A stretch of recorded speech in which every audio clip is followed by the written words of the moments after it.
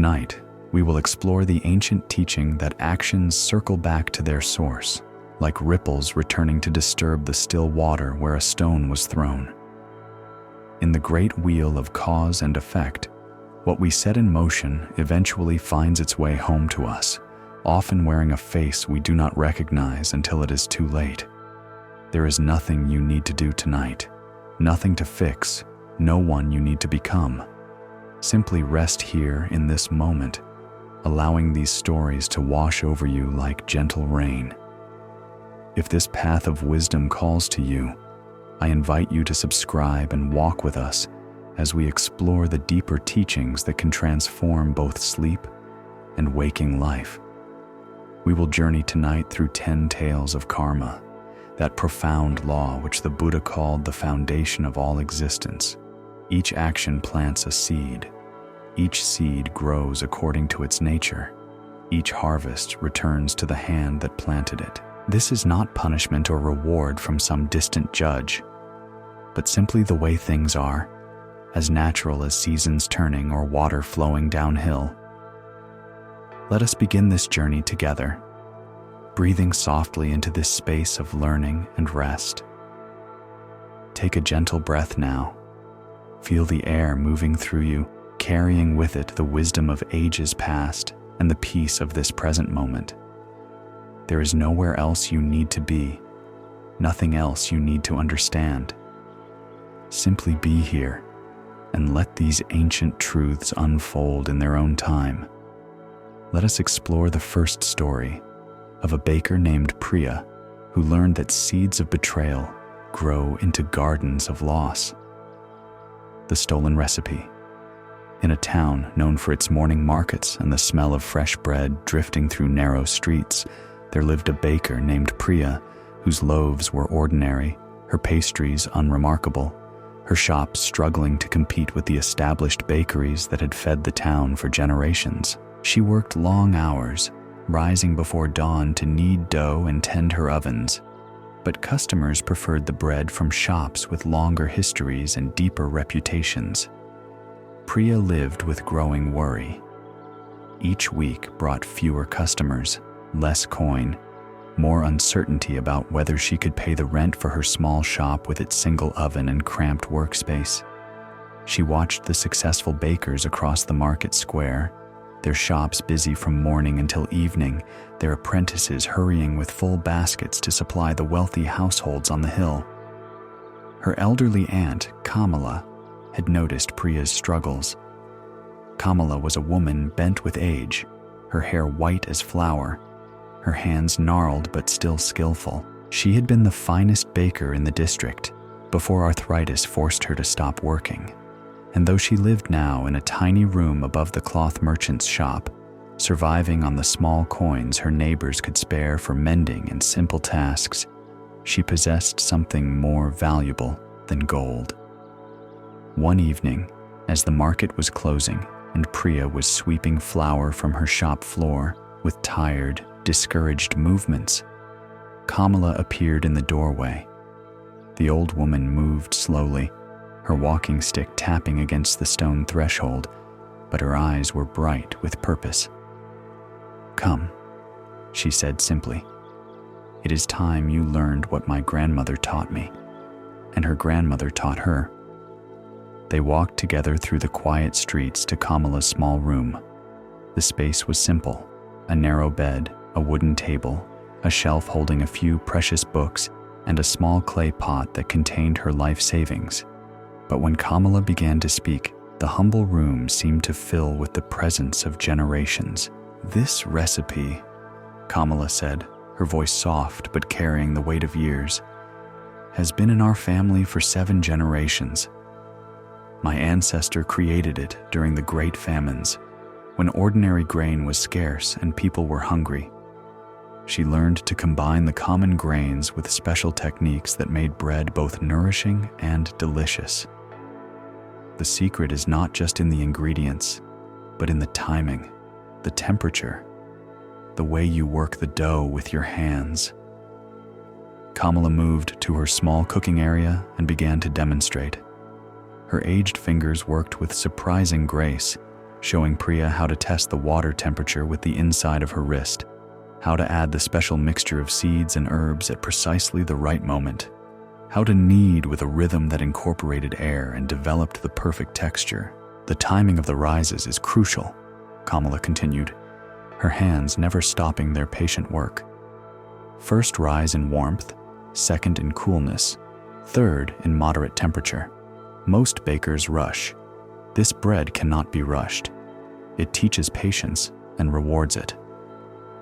As the bread baked, filling the small room with an aroma unlike anything Priya had ever smelled, nutty, complex, somehow both comforting and exotic, Kamala explained the deeper secrets, the special treatment of the grains that made them more digestible, the way to achieve the perfect crust that stayed crisp for days, the technique for the interior texture that remained moist and flavorful long after other breads went stale.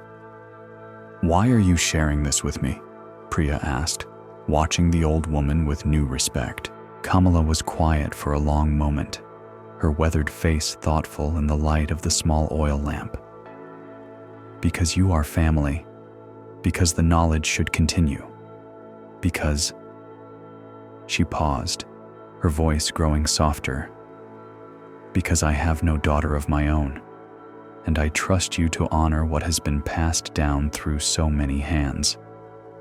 When the bread was finished, Priya tasted it and understood immediately why this recipe had been treasured for generations. The flavor was extraordinary, complex, satisfying, unlike anything being sold in the town's bakeries. This bread would not just feed people, it would delight them, nourish them in ways that went beyond mere sustenance. "I give this to you freely," Kamala said, wrapping the remaining loaf carefully in clean cloth. "But I ask one thing in return. When you use this knowledge, remember where it came from. Remember the hands that preserved it through hungry times and prosperous ones. Remember that you are now the keeper of something precious that does not belong to you alone." Priya nodded earnestly, embracing her aunt with tears in her eyes. "I promise, I will never forget what you have given me."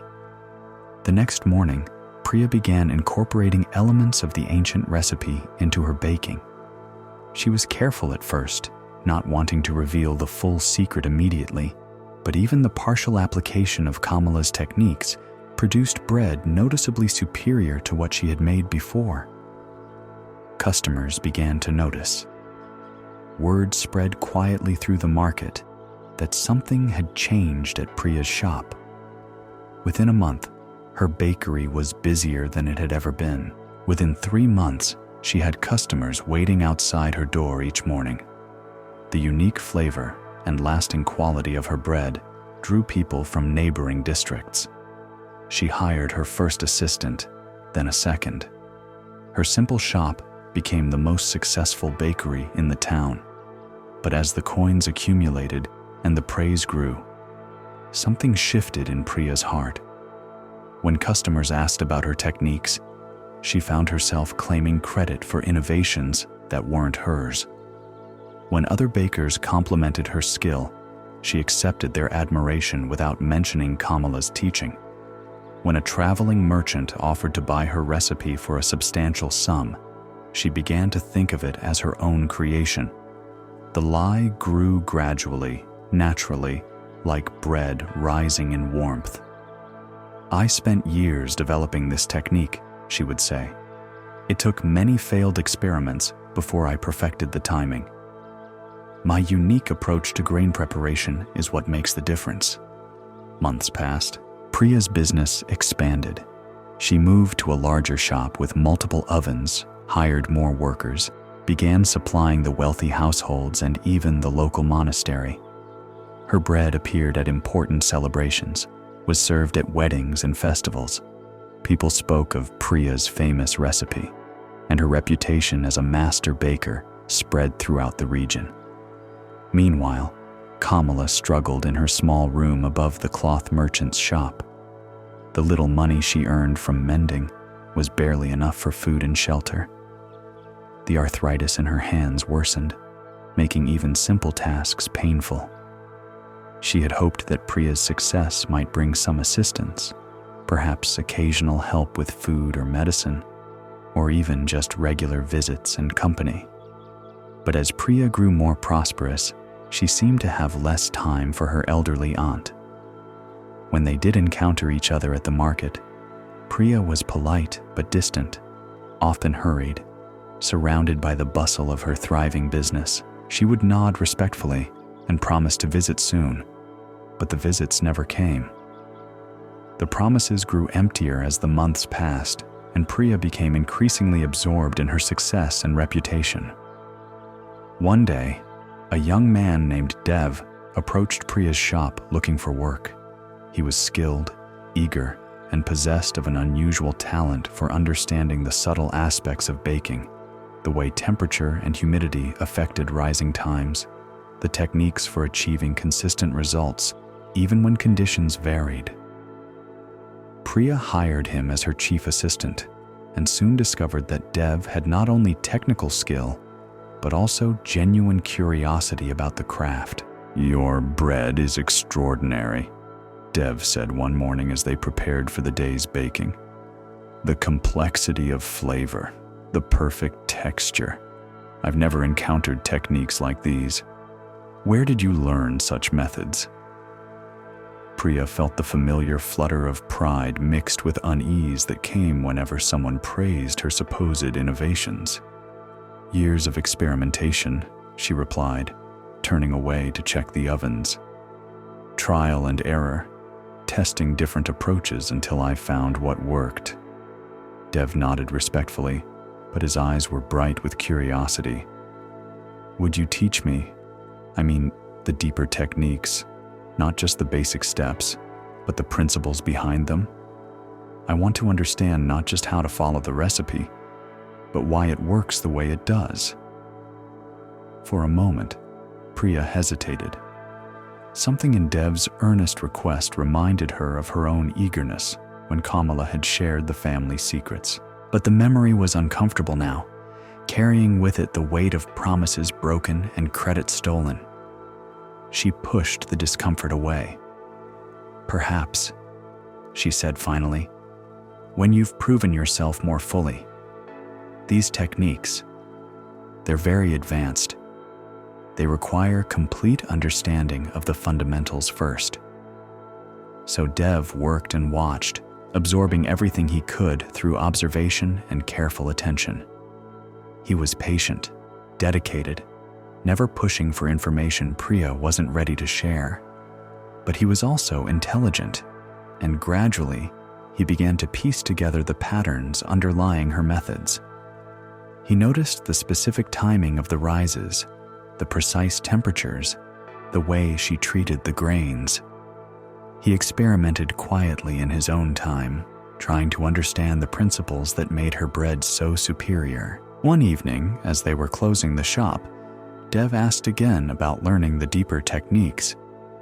"I've been working here for over a year now," he said respectfully. "I believe I understand the fundamentals well enough to begin learning more advanced methods." Priya looked at him sharply. There was something in his tone, not demanding, but more confident than before. She realized that his skills had indeed advanced considerably. He now handled many of the complex tasks with ease, and his understanding of the craft had deepened substantially. But the thought of sharing Kamala's secrets felt dangerous, as if revealing the truth might somehow expose her own deception. "Not yet," she said firmly. "There are still aspects of the basic techniques you need to master completely. Patience is essential in this craft." Dev nodded, accepting her decision, but something flickered in his expression, a flash of disappointment, perhaps even doubt. For the first time, Priya wondered if her talented assistant was beginning to question her reluctance to teach him. As winter deepened and the anniversary of Kamala's teaching approached, Priya found herself thinking more often about her elderly aunt. Guilt gnawed at the edges of her consciousness, especially when customers praised her innovative techniques or when she counted the substantial coins her original recipe generated each day. She told herself she would visit Kamala soon, perhaps bring her some bread and a small gift.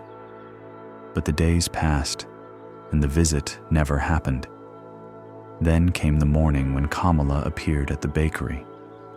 Priya looked up from her work to see her aunt standing in the doorway, leaning heavily on her walking stick. Kamala looked frailer than Priya remembered, her face thin, her clothes worn but clean.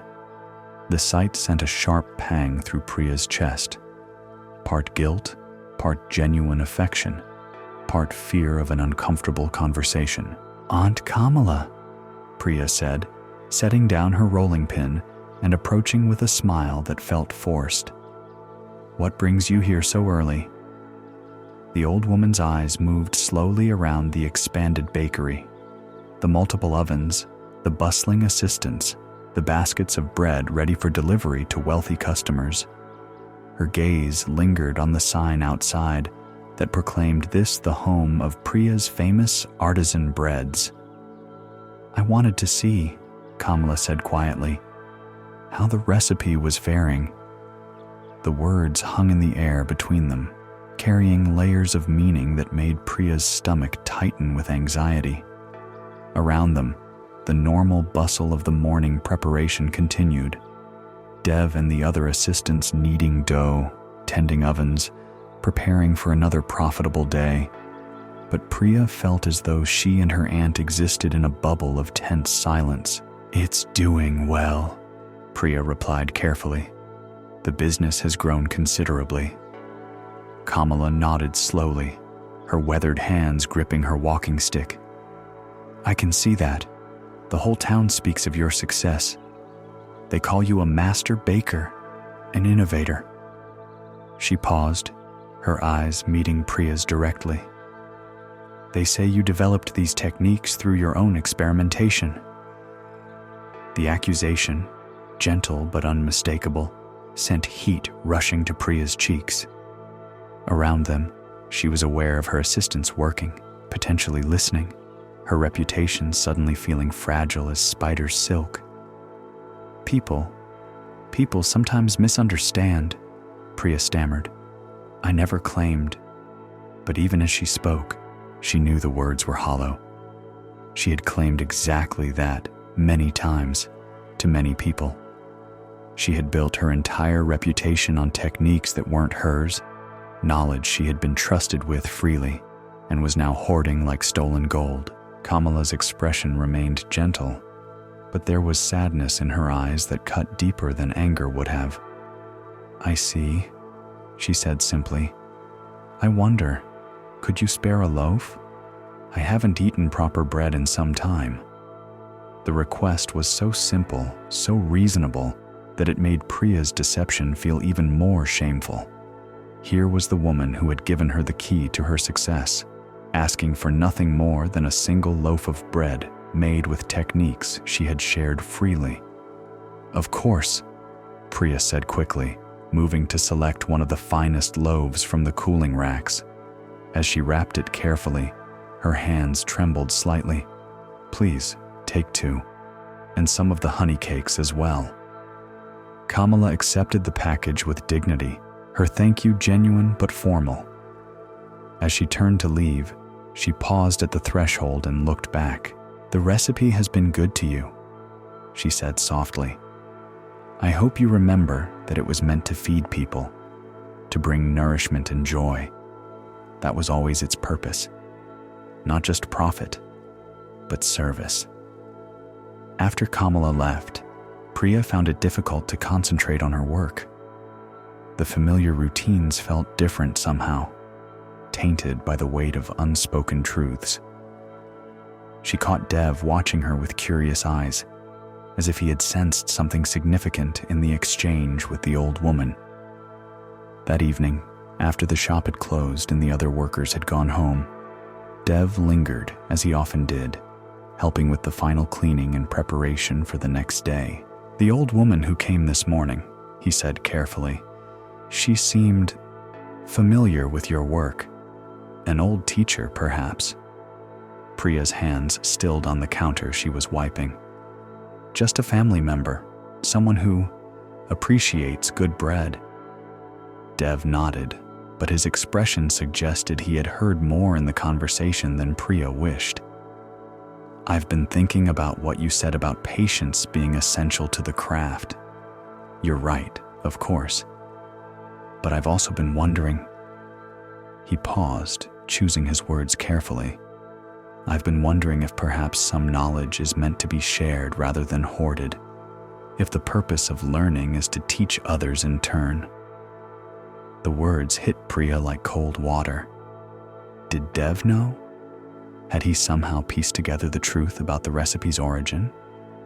She studied his face, looking for signs of accusation or judgment, but found only the same earnest curiosity he always displayed. What do you mean? She asked, her voice carefully neutral. Only that the best teachers I've known have been generous with their knowledge. They understood that teaching someone else doesn't diminish their own skill. It honors it. It ensures that valuable techniques survive and grow rather than dying with the person who holds them. Priya felt trapped between her assistant's implied criticism and her own carefully constructed lies. These particular techniques, she said stiffly, are very complex. They require complete mastery of fundamentals before what? Dev interrupted gently. Before they can be trusted to someone who might use them well? Before they can benefit more people than just one baker? He paused, his voice growing softer. Or before someone might discover they didn't originate where they were told they did. The question hung in the air like smoke from a snuffed candle, acrid and revealing. Priya stared at her assistant, realizing that her careful deceptions had not been as subtle as she had believed. Dev's intelligent eyes held no malice, but they also held knowledge, the kind of knowledge that could unravel everything she had built.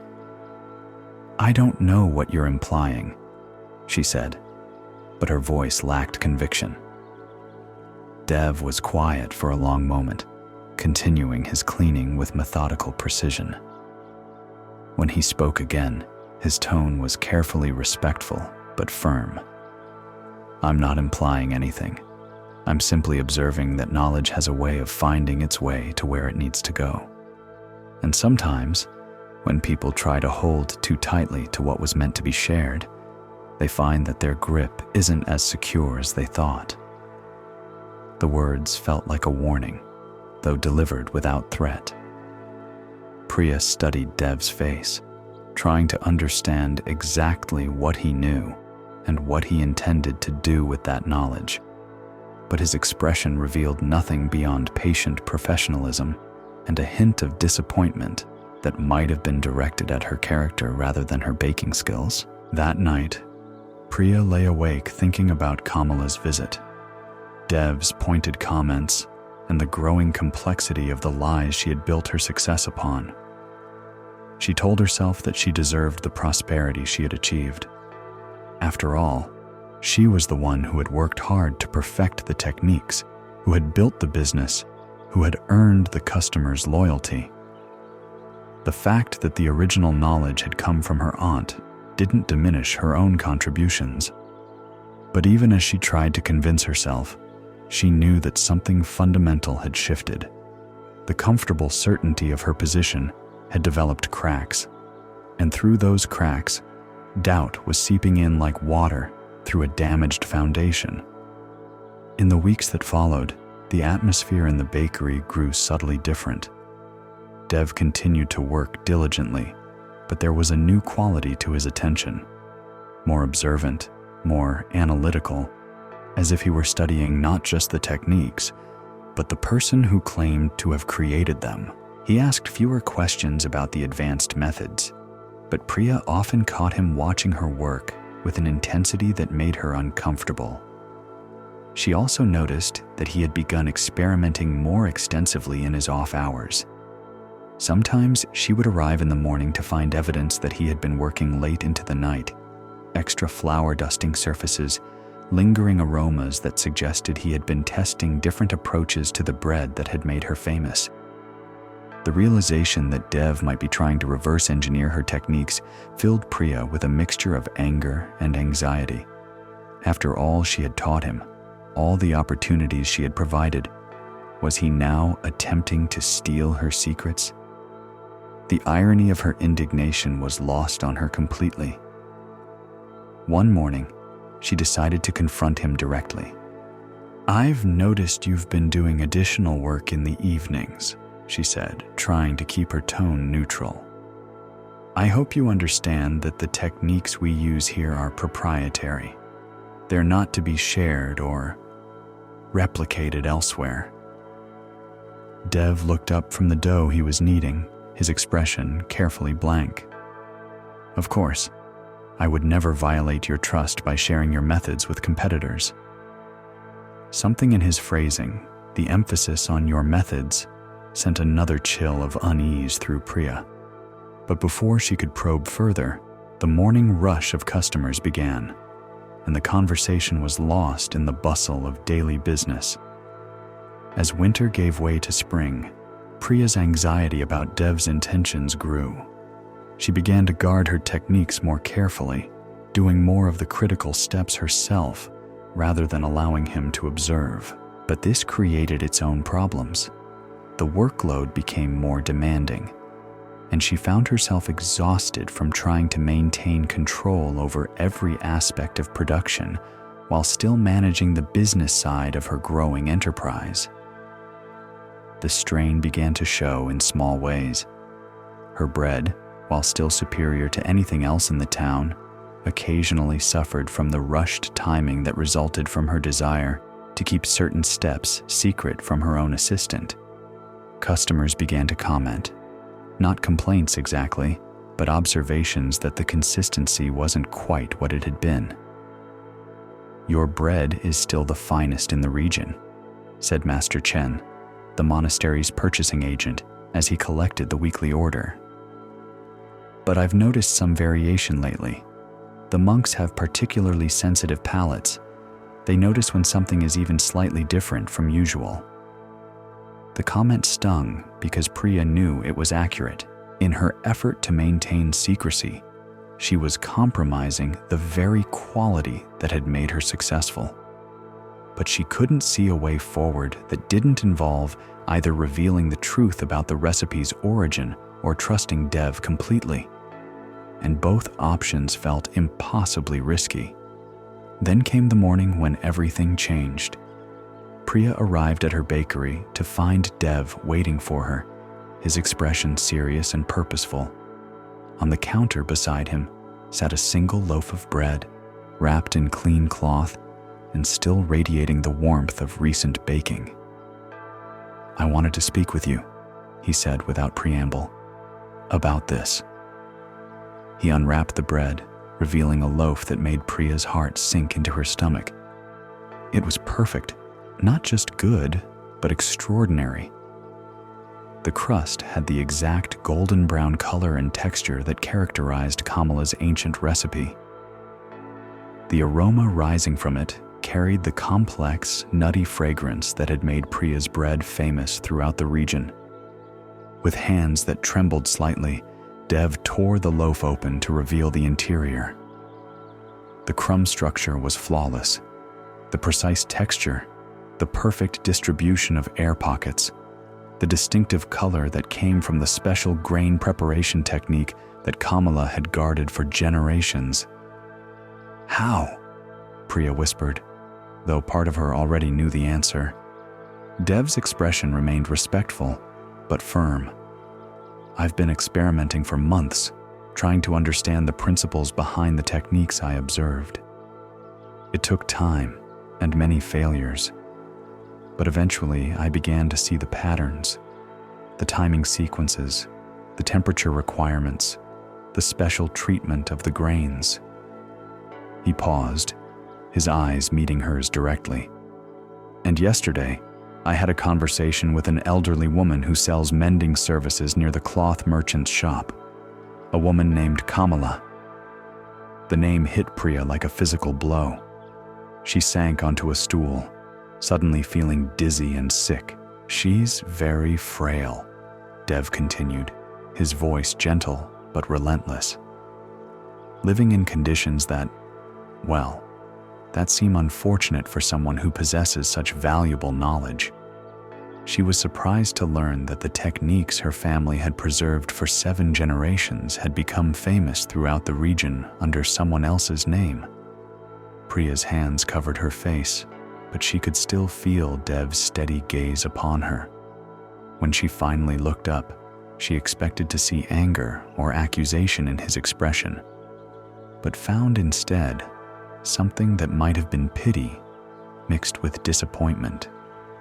"What do you want?"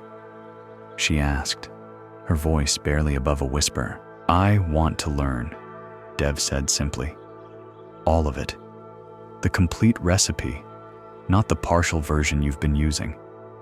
I want to understand the full depth of techniques that have been developed over 7 generations." He paused, letting the implication sink in. "And I want to learn from the person who actually created them." The words hung between them like a sword suspended by a thread. Priya understood perfectly what Dev was offering and what he was threatening. He could expose her deception to the entire town, destroying not just her business, but her reputation completely. Or she could agree to his terms, effectively making him a partner in knowledge that had never truly been hers to control. "And if I refuse?" she asked, though she already knew the answer. Dev was quiet for a long moment, his expression thoughtful rather than hostile. "I don't think you'll refuse," he said finally. "Because despite what you've done, I believe you're not fundamentally dishonest. I think you got caught up in a lie that grew larger than you intended, and now you're trapped by it. But I also think you know what the right thing to do is." He gestured toward the perfect loaf he had created. "I can already recreate most of the techniques through observation and experimentation. But I would rather learn properly, from the source, with the respect and honor that such knowledge deserves. And I think Kamala deserves to have her contribution recognized, especially in her final years." Priya sat in silence, feeling the weight of months of deception pressing down upon her shoulders.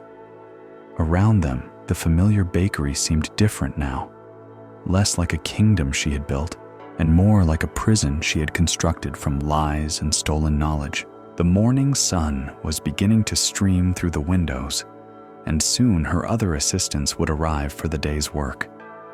Soon, customers would begin gathering outside, expecting the bread that had made her famous. Everything she had built stood balanced on the edge of truth, waiting for her decision. She looked at the loaf Dev had created. Perfect, beautiful, a testament to skills she had claimed as her own but never truly possessed. Then she thought of Kamala, growing old and frail in her tiny room, the woman who had trusted her with generations of family knowledge and received in return only broken promises and stolen credit. The choice before her was clear, even if the path forward was not.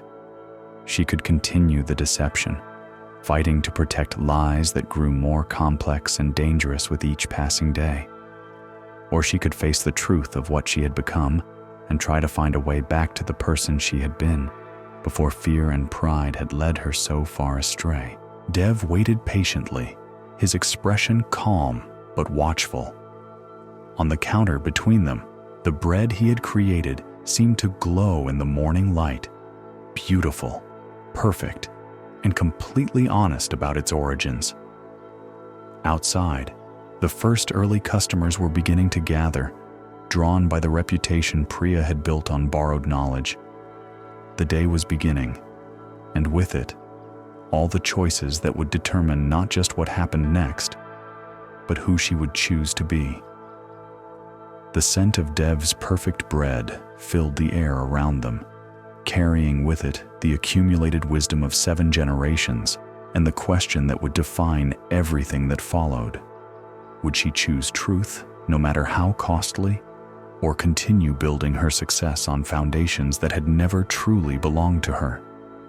The answer would come soon, but for now, in the golden morning light of her bakery built on secrets, Priya sat in silence and contemplated the weight of choices made and choices yet to come. Priya closed her eyes and felt something shift deep in her chest. Not the collapse she had feared, but something closer to relief. When she opened them again, Dev was still waiting, his expression patient and kind despite the power he held over her future. "What would you need me to do?" she asked quietly. "Come with me to visit Kamala," Dev said. "Today, before another day passes where she sits alone with knowledge that could feed many people, while you profit from techniques that were given to you in trust." The directness of his words should have stung, but instead, they felt like clean water washing a wound. Priya nodded slowly, surprising herself with the steadiness of her voice when she spoke. "Yes, we'll go today, after the morning rush." She paused, looking around the bakery that had become both her success and her prison. "Dev, when we do this, when the truth comes out, what happens to all of this? To the business, the workers, the customers who depend on us?" Dev's expression softened slightly. "That depends on how we handle it. Truth doesn't have to destroy everything. Sometimes it's the foundation that makes real building possible." As her assistants arrived and the day's work began, Priya moved through the familiar routines with a strange sense of lightness. The weight she had carried for months, the constant vigilance required to maintain her deceptions, was already beginning to lift. By mid-morning, when the initial rush of customers had been served and the bakery settled into its quieter rhythm, she found herself ready for what came next. "Come," she said to Dev. "Let's go see my aunt." They walked through the market streets toward Kamala's humble dwelling, Priya carrying a basket filled with the finest breads and pastries from her shop. With each step, she felt more like the woman she had been before pride and fear had led her astray. Kamala's small room above the cloth merchant's shop seemed even more cramped than Priya remembered. But when the old woman opened the door and saw them standing together, her weathered face brightened with something that might have been hope. "Aunt Kamala," Priya said, her voice thick with emotions she had been suppressing for months. I need to." She stopped, struggling to find words adequate for the magnitude of what needed to be said. Dev stepped forward slightly, his presence supportive, but not intrusive. "She's come to make things right," he said simply. Kamala studied both their faces for a long moment, then stepped aside to invite them in. As they settled around her small table, Priya set down the basket of bread and took her aunt's hands in her own. "I'm sorry," she began, the words feeling both inadequate and essential. "I'm so deeply sorry. The recipe, the techniques you shared with me, I let people believe they were my own creation. I built my reputation on your knowledge and your family's wisdom. And then I was too proud and too scared to tell the truth." Kamala's hands were warm in hers, the skin thin, but the grip still strong. The old woman's eyes held no anger, only a deep sadness that somehow made Priya's shame feel even more acute. "I know," Kamala said softly. "I've known for months. The whole town speaks of Priya's innovative methods, her years of experimentation. No one mentions the old woman who gave her niece a gift from 7 generations of her family." "I wanted to tell people," Priya said, tears beginning to flow freely. "So many times I started to, but then I worried about my reputation, my business, what people would think. The lie became so big that I couldn't see how to get out from under it. "And now?" Kamala asked, her voice gentle but direct. "Now I want to learn from you properly. All of it. Not just the techniques, but the history, the stories, the way it should be shared. I want Dev to learn too, if you're willing to teach him. And I want the town to know the truth about where this knowledge came from." Dev leaned forward slightly. "I've already learned much from observation," he said respectfully. "But I would be honored to learn from the source, to understand not just the methods, but the spirit behind them." Kamala released Priya's hands and sat back in her chair, her expression thoughtful. Around them, the small room was quiet, except for the distant sounds of the market below and the soft whisper of wind through the single small window. "The recipe," she said finally, "was never meant to be hoarded. It was created during times of hunger, to feed people well with common ingredients. Each generation that preserved it understood they were stewards, not owners. The knowledge belonged to the community, even when it was held by individuals." She turned to Dev with curious eyes. "You say you've learned much through observation. Show me what you understand." What followed was the most educational conversation about baking that Priya had ever witnessed. Dev's questions revealed not just technical knowledge, but deep understanding of the principles behind the techniques. He asked about the relationship between grain preparation and digestibility, about how the timing of rises affected not just texture, but nutritional value, about the way different environmental conditions might require adjustments to the basic methods. Kamala's answers revealed layers of knowledge that Priya had never suspected existed. The recipe wasn't just about creating delicious bread. It was a sophisticated system for maximizing nutrition, extending shelf life, and adapting to various circumstances. The old woman spoke of famines when the techniques had kept communities fed, of celebrations when the bread had brought joy, of apprentices throughout the generations who had carried the knowledge to new places and adapted it to local grains and conditions. "Your understanding is already deep," Kamala told Dev. "Deeper than I expected.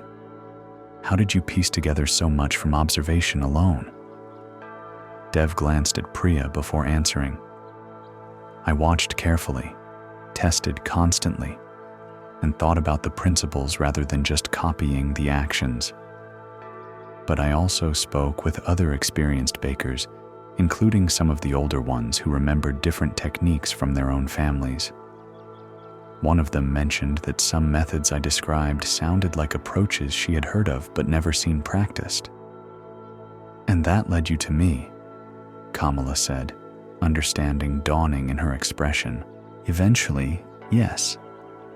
I learned that there was an elderly woman in this district who had once been known as the finest baker in the region. When I found you and described what I had observed, you confirmed what I had begun to suspect." Kamala nodded slowly, then turned back to Priya. "And what do you intend to do with this knowledge now that the truth is in the open?" Priya had been thinking about this question throughout their conversation, and now she found her answer coming from a place deeper than fear or pride. "I want to honor it properly. I want to learn from you the way I should have from the beginning, with respect, with acknowledgement, with understanding of what I'm being trusted with. I want Dev to learn too, completely and properly. And I want to find ways to share the knowledge more widely, the way it was meant to be shared. That will mean admitting to your customers, to the town, that you built your reputation on borrowed knowledge," Kamala observed gently. "Yes," Priya said, the word feeling both frightening and liberating. "It will. I don't know how they'll react or what it will mean for my business, but I can't keep living with this lie. It's been eating away at everything. My work, my relationships, my ability to sleep at night. Kamala was quiet for a long time, her weathered hands folded in her lap as she contemplated what she had heard. When she finally spoke, her voice carried the weight of years and the wisdom of generations. "Then we begin again," she said simply. "All three of us. You will learn properly what was given improperly before. Dev will learn completely what he has been piecing together partially. And I will teach as I should have taught from the beginning, not just the techniques, but the responsibility that comes with them." Over the following weeks, Priya found herself spending every free moment in Kamala's small room above the cloth merchant's shop. The old woman proved to be an extraordinary teacher, patient, thorough, and possessed of insights that went far beyond mere technical knowledge. "Feel the dough," Kamala would say, guiding Priya's hands to understand the subtle differences in texture that indicated proper gluten development. "It will tell you what it needs, but you must listen with your hands, not just your eyes." She taught them the deeper purposes behind each technique. The special grain preparation wasn't just about flavor. It broke down compounds that could cause digestive distress, making the bread nourishing for people with sensitive stomachs. The timing of the rises wasn't arbitrary. It allowed natural fermentation processes to develop nutrients and preserve the bread's freshness for days longer than conventional methods. Each step serves multiple purposes, Kamala explained as she demonstrated the proper way to incorporate the special mixture of seeds and herbs. Flavor, nutrition, preservation, digestibility. Our ancestors understood that bread was medicine as well as food. They couldn't afford to waste anything or create food that didn't serve the body completely. Dev absorbed these lessons with the same intense curiosity he had always shown. But now, his questions could be answered fully instead of deflected or avoided. His understanding deepened rapidly, and soon he was able to execute the complete techniques with a skill that impressed even Kamala. "You have the hands of a true baker," the old woman told him one afternoon as she examined a loaf he had created. "Not just the technical ability, but the intuition. You feel what the dough needs, and you respond appropriately." Meanwhile, Priya struggled with the more complex challenge of managing her business while preparing to reveal the truth about her success. The internal tension was exhausting, continuing to accept praise for innovations that weren't hers, while knowing that soon she would have to confess to the deception. Her other assistants began to notice changes in the routine. They saw Dev spending time away from the bakery, learning techniques he then brought back and shared. They observed that Priya seemed less protective of certain methods, more willing to explain the reasoning behind specific steps. "The bread is getting even better," observed Lynn, her most experienced assistant after Dev. "There's something different about the texture, the flavor, more complex somehow." Priya nodded, knowing that the improvements came from finally applying Kamala's complete techniques rather than the partial versions she had been using. "We've been refining our methods," she said carefully. "It's remarkable," Lynn continued. "I've been baking for 15 years, and I thought I understood fermentation and rising. But watching you and Dev work lately, I'm seeing approaches I never knew existed." The comment highlighted the dilemma Priya faced. Her staff was noticing the improvements that came from using complete, authentic techniques. Customers were beginning to comment on the superior quality. The bread was becoming truly extraordinary, but only because she was finally honoring the full depth of knowledge that Kamala had tried to share from the beginning. One evening, as she and Dev worked together incorporating the day's lessons from Kamala, she finally voiced the anxiety that had been growing in her mind. "When we tell people the truth," she said quietly, "will they be able to trust anything I say about baking again?" If I built my reputation on borrowed knowledge, how will they know whether any skill I demonstrate is really mine?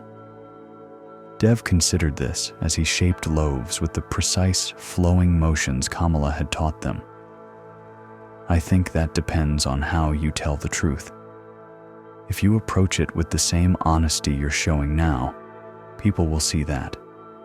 They'll understand the difference between someone who steals credit and someone who made a mistake and chose to correct it. But some of them will never trust me again, Priya said. Some customers will leave. Some people will always remember me as the baker who lied about her recipes. Probably, Dev agreed, but others will respect the courage it takes to admit a mistake this big. And the bread will speak for itself. When people taste what we can create using these complete techniques, they'll understand that something genuine is happening here, regardless of where the knowledge originated. His words were comforting, but Priya knew that the path ahead would be difficult. She had built not just a business, but a reputation on a foundation of deception. Correcting that would require more than just confession. It would require rebuilding everything on honest ground. The opportunity came sooner than she expected. Master Chen from the monastery arrived one morning with an unusual request. We're hosting a regional gathering of religious leaders next month, he explained. Representatives from 12 monasteries and temples, plus important patrons and community leaders. They've specifically requested your bread for the welcoming feast, based on reports of its exceptional quality. The honor was significant. Such gatherings happened rarely, and being selected to provide food was recognition of the highest level. It was also exactly the kind of high-profile event that would make any public revelation about her deception particularly damaging. They've heard that your techniques represent a unique innovation in traditional baking. Master Chen continued. Several of the visiting leaders are quite interested in food preparation as a spiritual practice. They would welcome the opportunity to learn about your methods. Priya felt her stomach clench with familiar anxiety. The request was flattering, but also dangerous. These were learned people who would ask probing questions, who would want to understand not just techniques but their origins and development. The kind of people who would quickly recognize when someone didn't possess the deep knowledge they claimed to have. I would be honored, she heard herself say, the words coming out despite her fear. But I should mention that the techniques I use, they're not entirely my own innovation. Master Chen raised his eyebrows with interest rather than suspicion. Oh, you learned from a master baker somewhere? That would make the story even more interesting to our guests. They have great respect for traditional lineages of knowledge. Yes, Priya said, feeling truth beginning to emerge like water from a deep well. From my aunt, actually. The techniques have been in her family for 7 generations. How wonderful, Master Chen said warmly. A living tradition preserved within a family. The visiting teachers will be delighted to hear about this. Perhaps your aunt might be willing to speak about the history of these methods. The suggestion made Priya's heart race, but also filled her with unexpected hope. Here was an opportunity not just to tell the truth, but to honor Kamala publicly, to give her the recognition she deserved. I'll ask her, Priya said. I think she might be willing, especially if she understood how much respect the gathered teachers have for traditional knowledge. That evening, she and Dev visited Kamala to discuss the monastery's invitation. The old woman listened carefully as Priya explained the situation, her expression thoughtful. So, you want to tell them the truth, Kamala said when Priya finished, about where the techniques came from, about what you did with the knowledge I shared. Yes, Priya said firmly. I want to tell them everything, and I want them to hear from you about the real history of these methods, the generations of knowledge that created them. Kamala was quiet for a long time, her weathered hands folded in her lap as she considered the proposal. When she finally spoke, her words carried both gravity and grace. "It will not be easy for you," she said gently. "Some people will judge you harshly for what you did. Some may never forgive the deception, no matter how honestly you confess it." "I know," Priya replied, "but I can't keep living with the lie. And more importantly, I can't keep you living in poverty while I profit from your family's knowledge. That's not who I want to be. And if your business suffers, if you lose customers, reputation, income..." Priya looked around Kamala's humble room, thinking of her aunt's struggles while she had grown wealthy on borrowed knowledge. "Then I'll rebuild it honestly, or I'll find other work. But I won't keep building success on a foundation of lies." Dev leaned forward slightly. "There's another consideration," he said respectfully. "If this knowledge is as valuable as we know it to be, then keeping it hidden serves no one. These techniques could help many people. Other bakers, families who want to make better bread for their children, communities that struggle with nutrition. Isn't there value in sharing it more widely?" Kamala's eyes brightened with interest. "You're thinking about the original purpose," she said approvingly.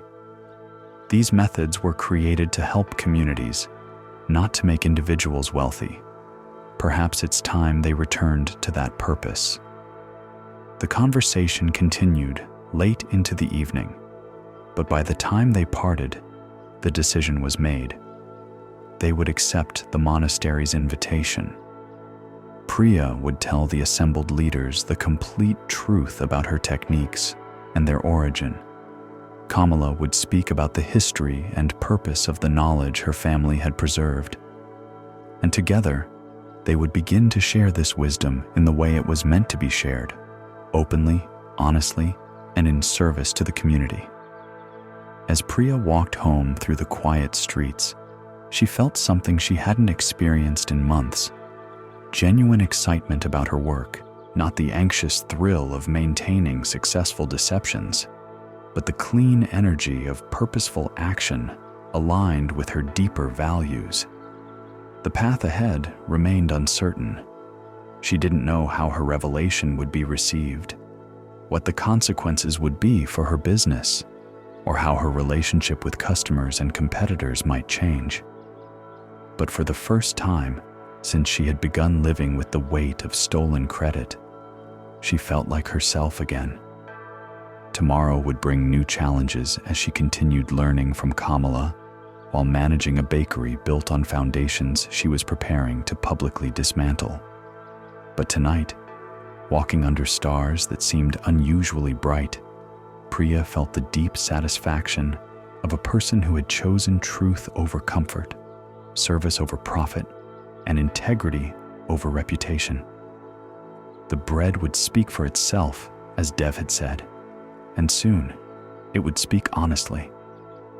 This story shows us how deception grows from small compromises into prisons of our own making. Priya discovered that what begins as a moment of taking unearned credit can expand into a lifetime of stolen identity. Buddhism teaches that our actions create the conditions of our experience. When we plant seeds of dishonesty, we harvest crops of anxiety and isolation. When we finally choose truth, no matter how difficult, we create space for genuine growth and authentic connection. Rest here for a moment. Feel your breath moving naturally without effort or control. Notice how your body settles into this space of learning, this place where ancient wisdom meets present moment awareness. There is nothing you need to fix or understand completely. Simply allow these teachings to rest in your heart like seeds in fertile soil.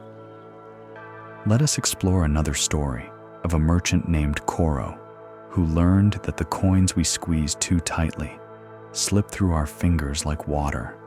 The tightened fist In a trading town where merchants gathered from distant regions to exchange silk, spices, and precious stones, there lived a man named Koro, whose reputation for shrewd bargaining was matched only by his fear of losing what he had gained.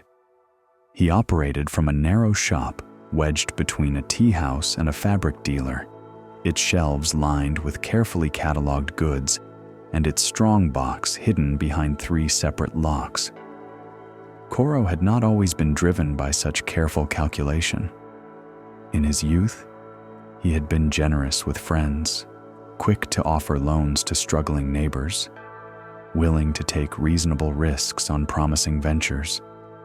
But a series of losses in his early trading years, partners who disappeared with borrowed money, investments that failed through circumstances beyond his control, trusted friends who proved unreliable when debts came due, had taught him what he believed were essential lessons about survival in business. Trust no one completely, he would tell younger merchants who sought his advice.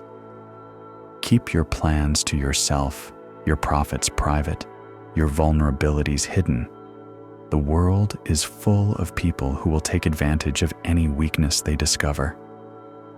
His methods had proven effective, at least in terms of accumulating wealth, through careful negotiation, strategic hoarding of goods during times of scarcity, and an almost supernatural ability to sense when prices were about to shift. Koro had built one of the most successful trading operations in the region. His strongbox contained more gold coins than many merchants saw in a lifetime, and his warehouses held goods that he could release or withhold depending on market conditions. But success had not brought the security he had expected. Instead, each increase in wealth seemed to multiply his anxieties. The more he accumulated, the more he feared losing. The larger his profits grew, the more elaborate became his systems for protecting them. He hired guards for his warehouses, installed additional locks on his doors, and developed complex codes for recording his transactions so that no one could fully understand the scope of his operations. His relationships reflected these same protective instincts. He maintained cordial but distant connections with other merchants, sharing information only when it served his interests and revealing his true financial position to no one. Even his family saw only carefully curated glimpses of his business affairs. He had learned to present different faces to different people: the successful trader to customers, the modest shopkeeper to tax collectors, the struggling businessman to competitors who might otherwise view him as a threat. This approach had served him well for years, allowing him to navigate the complex politics of the merchant community while steadily increasing his wealth and influence.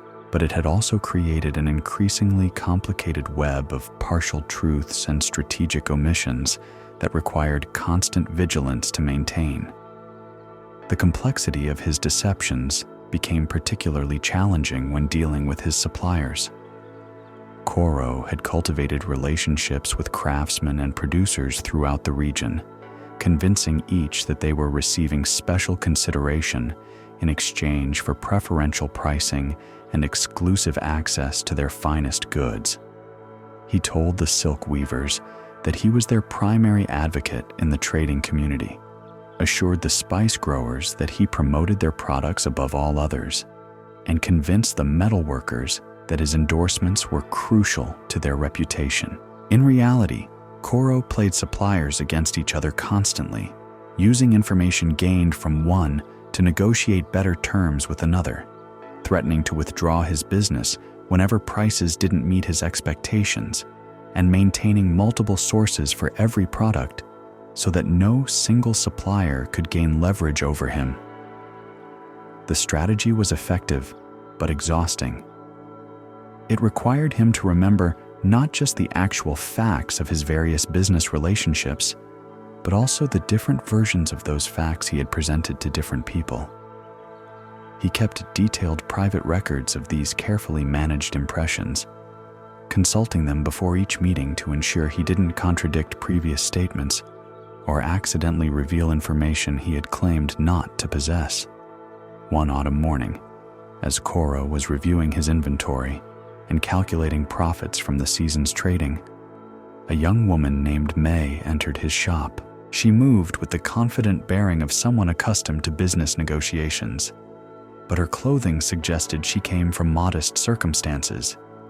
Her request was straightforward and appealing. "I represent a cooperative of village craftsmen in the mountain districts," she explained, her voice clear and professional despite her youth. "We produce goods of exceptional quality: woodwork, textiles, metalwork, pottery. But we've had difficulty reaching markets beyond our local region. We're looking for a merchant with established trade routes who might be interested in representing our products." Koro's interest was immediately engaged. Mountain craftsmen often produced work of remarkable quality, since their isolation encouraged the preservation of traditional techniques that had been abandoned in more commercially oriented areas. If their goods were truly exceptional, there could be substantial profit in bringing them to the attention of his wealthy customers in the trading centers. "What kind of arrangement are you proposing?" he asked, his tone carefully neutral. "A partnership," May replied. "We would provide you with exclusive access to our finest pieces in exchange for guaranteed representation in your established markets. We're not looking for charity. We understand that business must be profitable for all parties. But we're hoping to find a merchant who values long-term relationships over short-term exploitation." The phrase caught Koro's attention. It suggested that the craftsman had previous experience with merchants who had taken advantage of their remoteness and limited market access, a common problem for rural producers. But it also implied they were seeking something he had trained himself not to offer: genuine partnership based on mutual benefit rather than strategic advantage. "I'd be interested in examining your products," he said carefully. "If the quality meets the standards my customers expect, we might be able to develop a mutually beneficial arrangement." May smiled, reaching into her traveling bag to withdraw several wrapped items. As she unveiled them on Koro's counter, his practiced eye immediately recognized their exceptional quality. A wooden bowl carved from a single piece of rare mountain hardwood, its surface polished to a luminous finish that seemed to glow in the shop's dim light. A silk scarf dyed with techniques that created colors of unusual depth and richness. A set of metal tools forged with precision that surpassed anything available from local craftsmen. Each piece demonstrated not just technical skill, but artistic sensibility, the kind of work that Koro's wealthiest customers would prize both for its functionality and its beauty. More importantly, the techniques used in their creation were distinctive enough that they would be difficult for competitors to replicate or substitute. "These are remarkable," Koro admitted, his professional excitement genuine despite his caution. "The craftsmanship is exceptional. What volumes could your cooperative produce?" "That would depend on the arrangement," May replied. "We're not interested in mass production. It would compromise the quality that makes our work valuable. But we could provide steady supplies of distinctive pieces for merchants who appreciate what we create." They spent the morning discussing practical details. May proved to be well informed about market conditions, realistic about production limitations, and sophisticated in her understanding of trade relationships. She didn't present the cooperative's position with the desperate eagerness Koro had learned to expect from rural producers, nor did she make unrealistic demands about pricing or exclusivity. Instead, she described a group of craftsmen who had carefully considered their options and chosen to seek a merchant partner who would represent their work with appropriate respect and expertise. They were willing to offer exclusive access to their finest pieces, but they expected genuine commitment to promoting their products and fair compensation for their skill.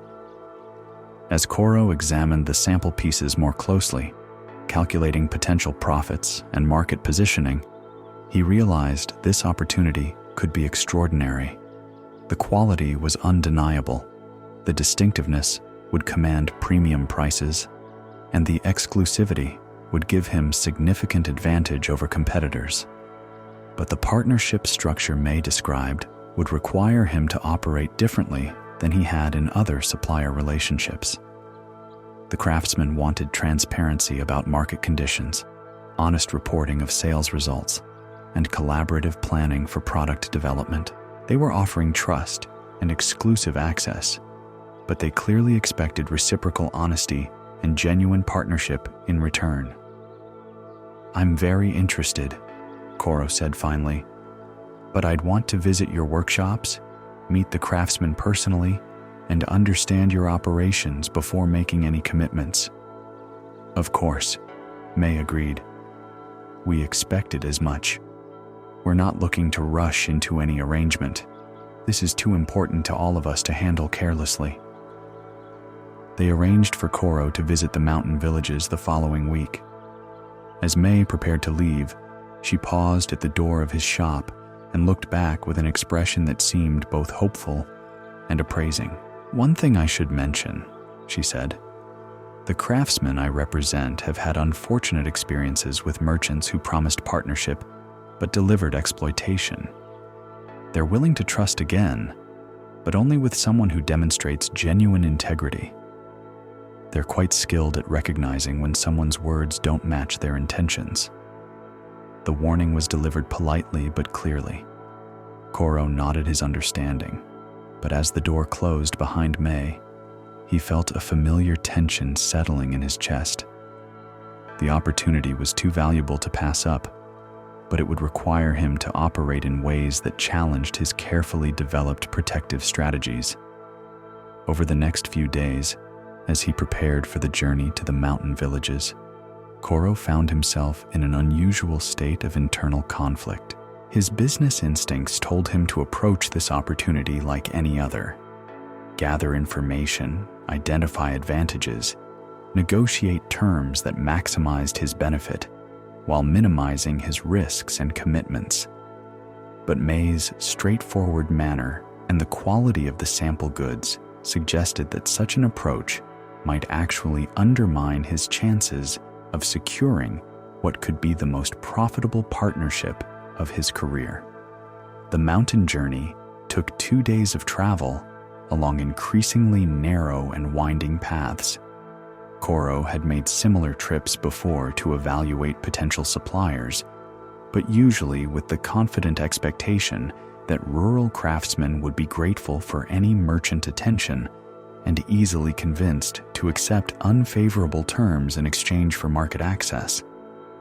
This situation felt different. May's sophisticated understanding of trade relationships, combined with her pointed comment about the cooperative's previous experiences with merchants, suggested that these craftsmen had learned to protect themselves against exploitation. They might be offering genuine partnership, but they clearly expected the same in return.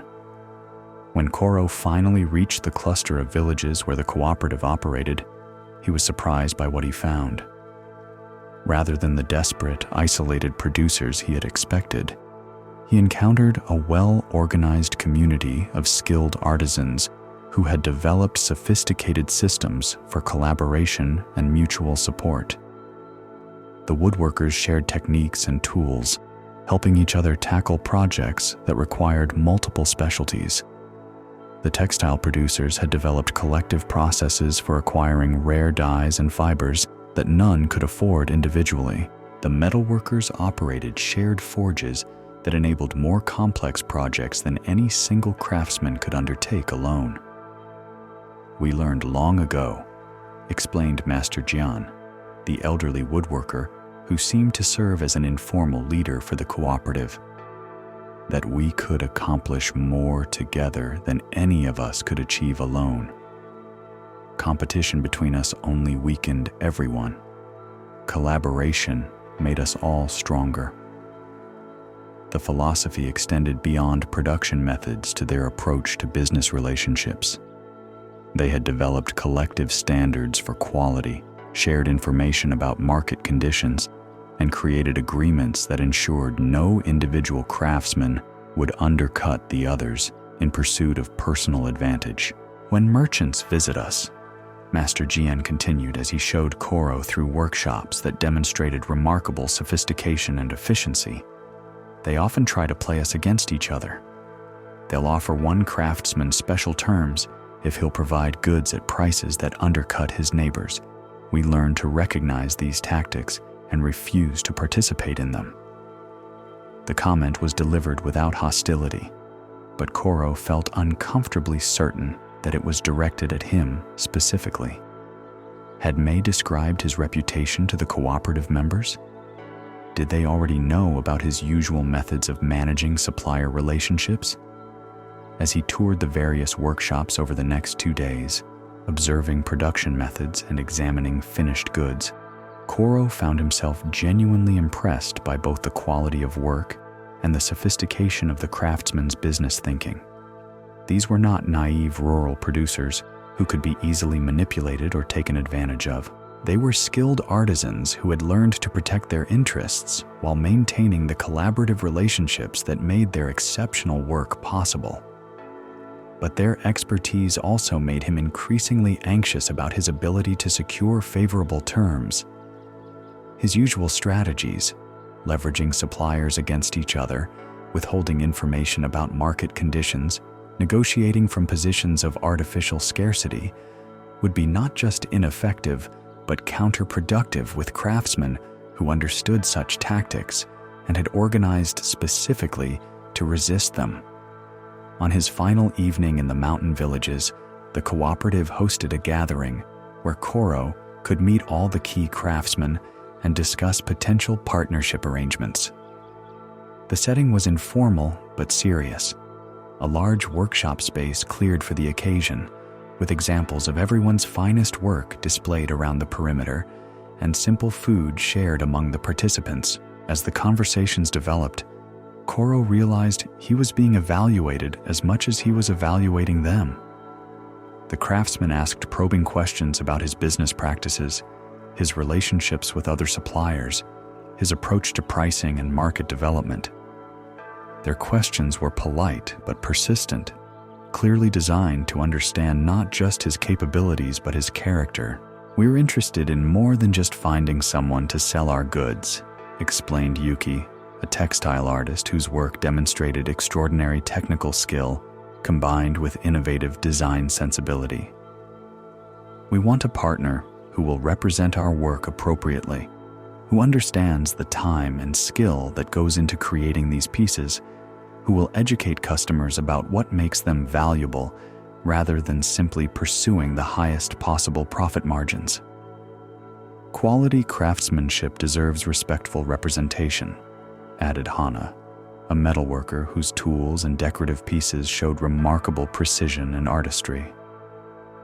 "We've had experiences with merchants who treated our work as generic commodities, who misrepresented their origins or mixed them with inferior goods from other sources.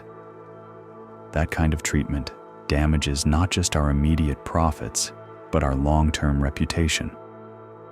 Their concerns were reasonable and professionally expressed, but they highlighted exactly the areas where Koro's usual methods would be problematic. He routinely mixed goods from different suppliers without revealing their origins to customers, priced items based on market positioning rather than production costs, and adjusted his descriptions of products depending on what he thought would generate the most sales. "I understand your concerns," he replied carefully. "My business has grown because I maintain high standards for the goods I represent. I wouldn't be interested in your work if I didn't believe it could command premium prices and satisfy my most discerning customers." The response was diplomatically phrased, but didn't directly address their specific concerns about honest representation and respectful treatment. Koro noticed several of the craftsmen exchanging glances, and Master Jian leaned forward slightly with an expression that suggested deeper probing was coming. "Perhaps you could tell us about some of your current supplier relationships," the old woodworker said. "How do you typically structure partnerships with the craftsmen who create the goods you sell?" The question put Koro in a difficult position. Honest description of his usual methods would likely end any possibility of partnership with the cooperative. But these craftsmen were clearly experienced enough to recognize evasive answers and sophisticated enough to verify any claims he made about his business practices. Each relationship is different, he said, buying time while he considered how to respond.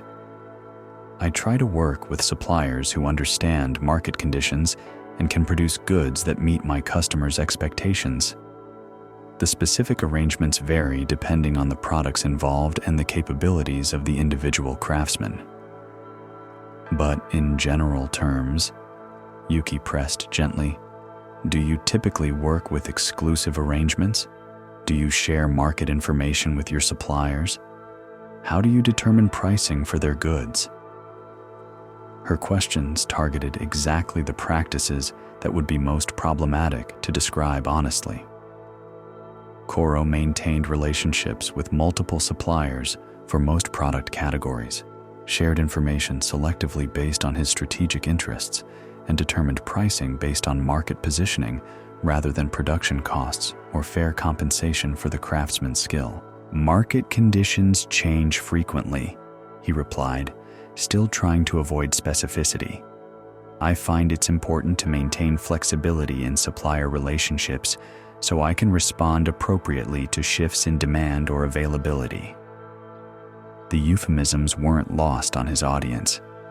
He could see in their expressions a growing understanding that he was avoiding their questions, and that his reluctance to provide direct answers was itself revealing about his business methods. Master Jian was quiet for a moment, his weathered hands folded as he considered Koro's response. When he spoke, his voice was gentle but direct. We appreciate your visiting us and taking time to understand our work. The quality of your questions and the sophistication of your market knowledge demonstrate real expertise. But we sense some reluctance to discuss the specifics of how you operate with your suppliers. The old man paused, looking around at his fellow craftsmen before continuing. We've learned to be cautious about merchants who can't or won't describe their business practices clearly. Usually, that reluctance indicates methods that wouldn't be comfortable for us to participate in. The assessment was delivered without hostility, but its implications were clear.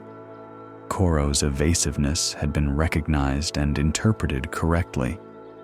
These craftsmen understood that his reluctance to answer their questions directly meant his usual practices were incompatible with the kind of partnership they sought. I understand your caution, Koro said, feeling the opportunity slipping away despite the obvious potential for mutual benefit. Perhaps we could discuss specific arrangement that might work for both parties, rather than focusing on general business philosophy. The philosophy matters, Hana replied firmly, but not unkindly. How someone approaches business relationships in general tells us how they're likely to treat us specifically. We're not looking for someone who will make an exception to their usual practices just for us. We want to work with someone whose usual practices align with our values. The conversation continued for another hour, but the tone had shifted from exploration to polite conclusion. The craftsmen remained cordial and professional, but Koro could sense that they had moved from evaluating a potential partnership to gracefully ending a conversation that wasn't leading where any of them wanted to go. As the gathering broke up and people began to clean the workshop space, May approached Koro with an expression that mixed disappointment with understanding. "I'm sorry this didn't work out as we hoped," she said simply. "Your expertise and market knowledge are impressive, and we believe you could have been very successful representing our work. But we've learned that partnerships built on different approaches to business relationships tend to create problems for everyone involved." Her words stung because they were both accurate and kind. Koro could see that the craftsman genuinely respected his capabilities while recognizing that his methods were incompatible with their needs. They weren't rejecting him out of ignorance or unrealistic expectations. They understood exactly what kind of merchant he was and had concluded that such a merchant couldn't provide what they were seeking. The journey back to the trading town gave Koro 2 days to reflect on what had happened. He replayed conversations, analyzed the craftsman's responses, and tried to understand exactly where the potential partnership had broken down. His initial reaction was frustration.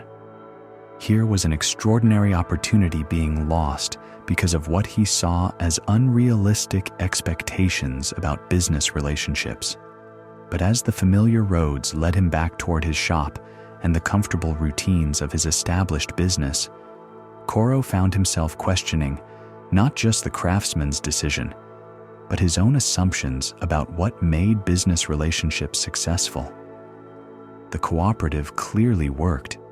Their goods were exceptional, their operations efficient, their members prosperous by rural standards. Perhaps their approach to partnerships, whatever its idealistic elements, was actually more practical than his own methods.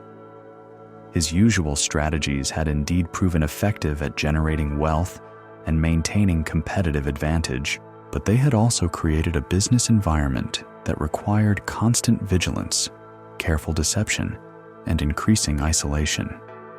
He trusted no one completely, which meant no one trusted him completely. He shared information strategically, which meant others shared information with him strategically. He looked for advantages in every relationship, which meant others were constantly looking for advantages over him. The mountain craftsman had created something different, a business environment based on mutual benefit, shared information, and collaborative advantage. It seemed to make them both more productive and more satisfied with their work. But it required a level of trust and transparency that felt impossibly risky to someone who had spent years learning to protect himself through careful control of information and strategic management of relationships. Back in his shop, surrounded by the inventory and records that represented years of successful trading, Koro found himself unable to settle back into his normal routines. The encounter with the cooperative had disturbed something fundamental in his approach to business, not because they had criticized his methods, but because they had demonstrated that different methods were possible. Over the following weeks, he noticed aspects of his business relationships that had previously seemed normal, but now felt unnecessarily complicated. The elaborate systems he maintained for managing different versions of truth with different suppliers. The constant calculation required to ensure his strategic advantages didn't create conflicts that would expose his methods. The isolation that resulted from never allowing anyone to understand his complete situation. His profits remained substantial, his competitive position secure, his reputation intact. But for the first time in years, Koro found himself questioning whether the methods that had created his success were worth the price they demanded in terms of relationships, peace of mind, and simple honesty. The question became more pressing when, a month after his return from the mountains, another merchant approached him with a proposal that seemed to offer exactly what he had hoped to gain from the cooperative. Chen Lu was an established trader from the coastal regions who had built his business around high-quality goods from remote producers. His reputation was excellent, his customer base sophisticated, and his trading networks extensive. The partnership he proposed would give Koro access to premium markets that had previously been beyond his reach. "I've heard impressive things about your operation," Chen Lu explained as they toured Koro's warehouse and examined his inventory. "Your eye for quality goods and your understanding of market positioning are exactly what I need in this region. I'm proposing a formal partnership that would benefit both our businesses significantly." The arrangement Chen Lu described was precisely what Koro had been hoping to achieve through his own expansion efforts. Access to wealthy customers in the coastal cities, representation in high-end markets, opportunities to command premium prices for exceptional goods. The financial benefits would be substantial and immediate. But as Chen Lu outlined the partnership structure, Koro recognized a familiar pattern. The proposal involved exclusive arrangements that would limit his independence, information sharing requirements that would reduce his strategic advantages, and collaborative decision-making processes that would compromise his control over his own business operations. "I operate with complete transparency," Chen Lu explained. "My partners and I share market information, coordinate our activities to maximize mutual benefit, and make major decisions collaboratively. It's more complex than independent operation, but the results justify the additional effort." The approach was exactly what the mountain craftsman had described: genuine partnership based on shared information and mutual benefit, rather than strategic advantage and competitive positioning. And like the craftsman, Chen Lu seemed to expect reciprocal transparency and collaborative decision-making in return for the substantial benefits he was offering. Koro found himself facing the same choice he had encountered in the mountains, but now from the opposite position. Instead of being the merchant seeking partnership with cautious suppliers, he was the potential partner being evaluated by a merchant whose business philosophy required trust and transparency. "The partnership could be very profitable for both of us," Chen Lu continued, "but it would require adjustments to some of your current practices. I work only with merchants who are completely honest about their capabilities, inventory, and financial position. Successful collaboration requires that kind of transparency." The requirement felt both reasonable and impossible. Koro's entire business operation was built around carefully managed information sharing and strategic positioning. Complete transparency would require dismantling the protective systems he had spent years developing, but the opportunity was extraordinary. Access to markets and customers that represented exactly what he had been working toward throughout his career. Refusing the partnership meant accepting the limitations of his current operation. Accepting it meant fundamentally changing how he approached business relationships. As Chen Lu waited for his response, Koro felt the weight of choices that would determine not just his immediate profits, but the entire direction of his career. The safe path meant continuing his successful but increasingly complicated methods of strategic advantage and careful deception. The risky path meant embracing transparency and collaboration, despite years of experience that had taught him such approaches were dangerous. Around them, the warehouse filled with goods he had accumulated through careful calculation and strategic relationships seemed to represent both his success and his isolation. Each item had been acquired through negotiations designed to maximize his advantage while minimizing his partner's benefit.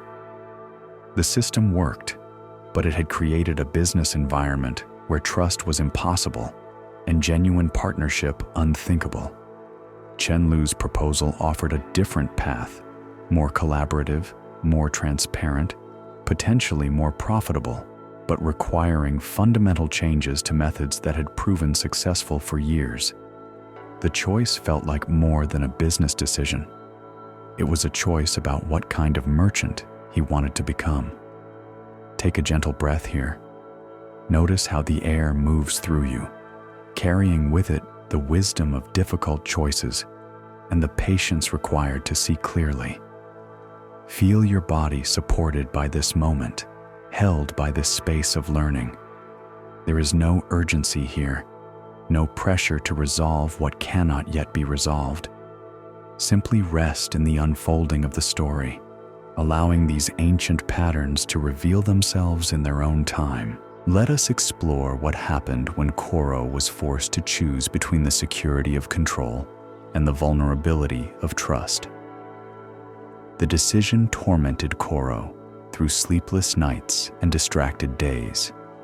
He would begin each morning determined to accept Chenlu's partnership, convinced that transparency and collaboration offered the only path to genuine growth. But by evening, after hours of managing his existing relationships through the careful information control that had become second nature, the risks of such openness seemed overwhelming. His established suppliers expected him to operate according to patterns they understood. His customers relied on his ability to source goods through methods that gave him competitive advantages. His entire reputation was built on being a merchant who knew how to navigate complex negotiations and secure favorable terms. Changing to Chenlu's collaborative approach would require not just new methods, but a completely different identity within the trading community. The internal conflict manifested in his daily work, where once he had moved through negotiations with confident calculation, he now found himself hesitating, second-guessing decisions that had previously felt natural. His conversations with suppliers became stilted as he wondered whether his usual strategic omissions were necessary protections or unnecessary barriers. His customer interactions lost their smooth professionalism as he questioned whether his carefully crafted presentations were helpful positioning or subtle manipulation. Master Wei, the elderly silk merchant whose goods formed a substantial portion of Koro's inventory, noticed the change during one of their regular monthly meetings. "You seem different lately," Wei observed, his weathered face creased with the kind of concern that comes from long professional association. "Less certain, perhaps. Are you facing difficulties with your business?" The question hit closer to home than Wei could have known. Koro was indeed facing difficulties, though not the kind that showed in account books or inventory levels. The challenge was deeper and more fundamental, a growing recognition that the methods which had brought him success were also limiting his possibilities for growth and satisfaction. "Just considering some new opportunities," Koro replied, the evasion coming automatically despite his recent questions about such strategic withholding of information. Wei nodded thoughtfully, but his expression suggested he heard something incomplete in the response. New opportunities can be challenging to evaluate. Sometimes the familiar path seems safer, even when it no longer serves our deeper purposes. The observation was offered gently, without pressure or probing, but it resonated with uncomfortable accuracy. Koro found himself wondering whether Wei, in his years of experience, had faced similar choices between familiar security and uncertain growth. "Have you ever had to change your approach to business relationships?" Koro asked, the question emerging before he could consider whether he wanted to reveal such uncertainty to a current supplier. Wei was quiet for a moment, his eyes distant with memory. "Once," he said finally. "Many years ago, I had built my business around careful control, information, inventory, relationships. It worked well enough, but it also kept me isolated from possibilities I couldn't see from inside my protective systems. What changed? A partnership opportunity that required me to operate differently, more openly, more collaboratively. It seemed impossibly risky at the time. All my experience told me that sharing information and trusting others would lead to exploitation and loss." "And did it?" Koro asked, genuinely curious despite the personal implications of the conversation. Wei smiled, the expression carrying decades of accumulated wisdom. "For a time, yes. Some relationships that had seemed stable proved fragile when conducted transparently. Some advantages I had relied on disappeared when I stopped maintaining them through strategic information management. It was uncomfortable. But you continued with the new approach?" Eventually, I learned that the relationships and advantages I lost were actually weaknesses disguised as strengths. They required so much energy to maintain that they prevented me from developing genuine partnerships that could have been far more beneficial. The temporary losses created space for much better opportunities. The conversation continued for another hour, but Koro found his attention divided between the immediate business of silk purchasing and the deeper implications of Wei's experience. Here was a successful merchant, someone whose judgment he respected, describing exactly the kind of transformation that Chen Lu's partnership would require. And Wei seemed to have found genuine benefit in embracing transparency and collaboration despite initial discomfort and losses. That evening, Koro composed a letter to Chen Lu, accepting the partnership proposal. But as he prepared to seal and send it, anxiety overwhelmed his resolve. The words on the page committed him to revealing financial information he had never shared with anyone, to collaborative decision-making processes that would limit his independent control, to operating methods that felt impossibly vulnerable after years of protective strategies. He set the letter aside, telling himself he needed more time to consider the implications. But the delay stretched from days to weeks as he found increasingly elaborate justifications for postponing a decision that felt both clearly beneficial and impossibly risky. Meanwhile, Chen Lu waited with patient professionalism, neither pressuring for a quick decision nor withdrawing the offer. His calm persistence somehow made Koro's uncertainty more acute. Here was someone offering genuine partnership while demonstrating exactly the kind of collaborative patience that made such partnerships possible. The resolution came unexpectedly through circumstances that forced the choice, rather than allowing further deliberation. A severe fire swept through the warehouse district one autumn night, consuming several buildings, including one of Koro's secondary storage facilities. The losses were substantial, but not devastating. Insurance would cover most of the financial damage, and the destroyed inventory could be replaced over time. But the incident created immediate practical challenges that tested his business relationships in ways he hadn't anticipated. Several major customers needed goods that had been stored in the destroyed warehouse. His usual suppliers couldn't provide adequate replacements quickly enough to meet their deadlines. The insurance process would take weeks to complete, creating cash flow problems that limited his ability to acquire alternative inventory. Within days of the fire, Koro found himself facing the kind of complex crisis that required resources and relationships beyond what he could manage independently. Chen Lu appeared at his shop the morning after news of the fire reached the coastal trading networks.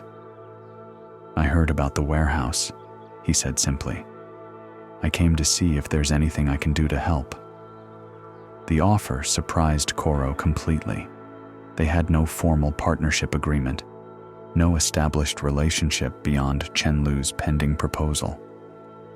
There was no obvious benefit to Chen Lu in providing assistance, and considerable risk in extending resources to help someone whose business methods he didn't fully understand.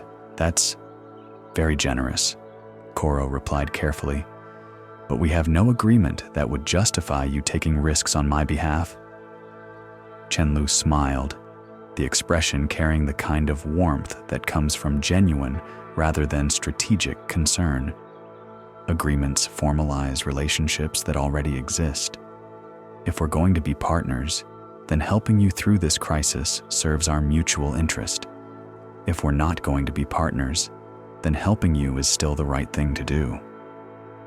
The logic was both impeccable and completely contrary to Koro's usual approach to business relationships. In his experience, assistance came with explicit terms and expected reciprocations. Offering help without negotiating the conditions in advance seemed either naive or manipulative. But Chen Lu's subsequent actions demonstrated neither naivety nor manipulation. Over the following days, he provided practical assistance that addressed Koro's immediate problems without creating new obligations or dependencies. He shared information about alternative suppliers, introduced Koro to merchants who could provide temporary inventory, and offered warehouse space to store replacement goods while insurance matters were resolved. More importantly, he did all of this transparently, explaining his reasoning and discussing options collaboratively rather than presenting predetermined solutions. When he suggested specific suppliers, he described both their strengths and their limitations. When he offered warehouse space, he explained the terms clearly and allowed Koro to evaluate whether the arrangement would be genuinely helpful. "Why are you doing this?" Koro asked after Chen Lu had spent an entire day helping coordinate the replacement of inventory needed for urgent customer orders. "Because this is how partnerships work," Chen Lu replied matter-of-factly.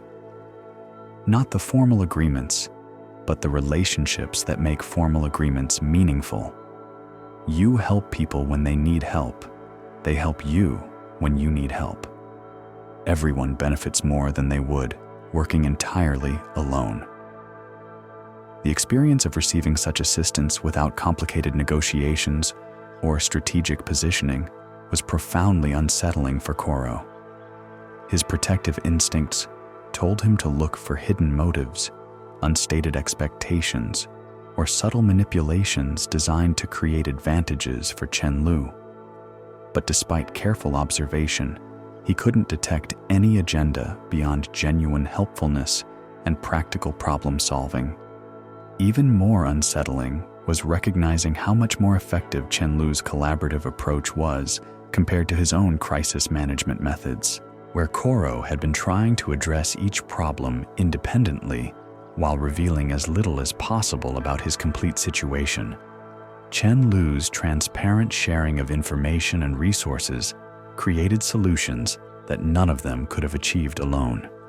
Within a week, the immediate crisis had been resolved more completely and efficiently than Koro would have thought possible. His customers received their needed goods on schedule.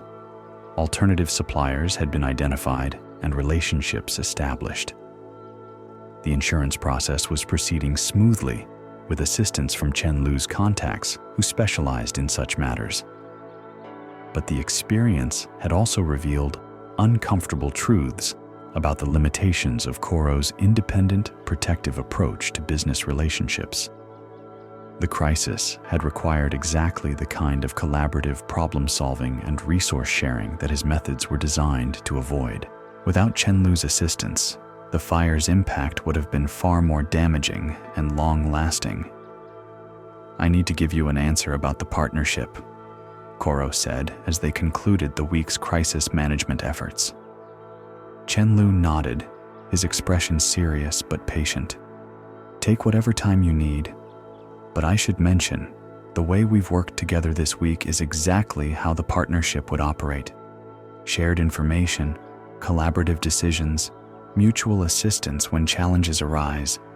If this approach has felt comfortable and effective, then the formal partnership would simply be an extension of what we've already been doing." The observation was accurate, but also revealing. Without making any commitments or signing any agreements, Koro had already been operating according to Chen Lu's collaborative principles for an entire week. He had shared information about his inventory, financial position, and customer relationships more completely than he had with any business associate in years.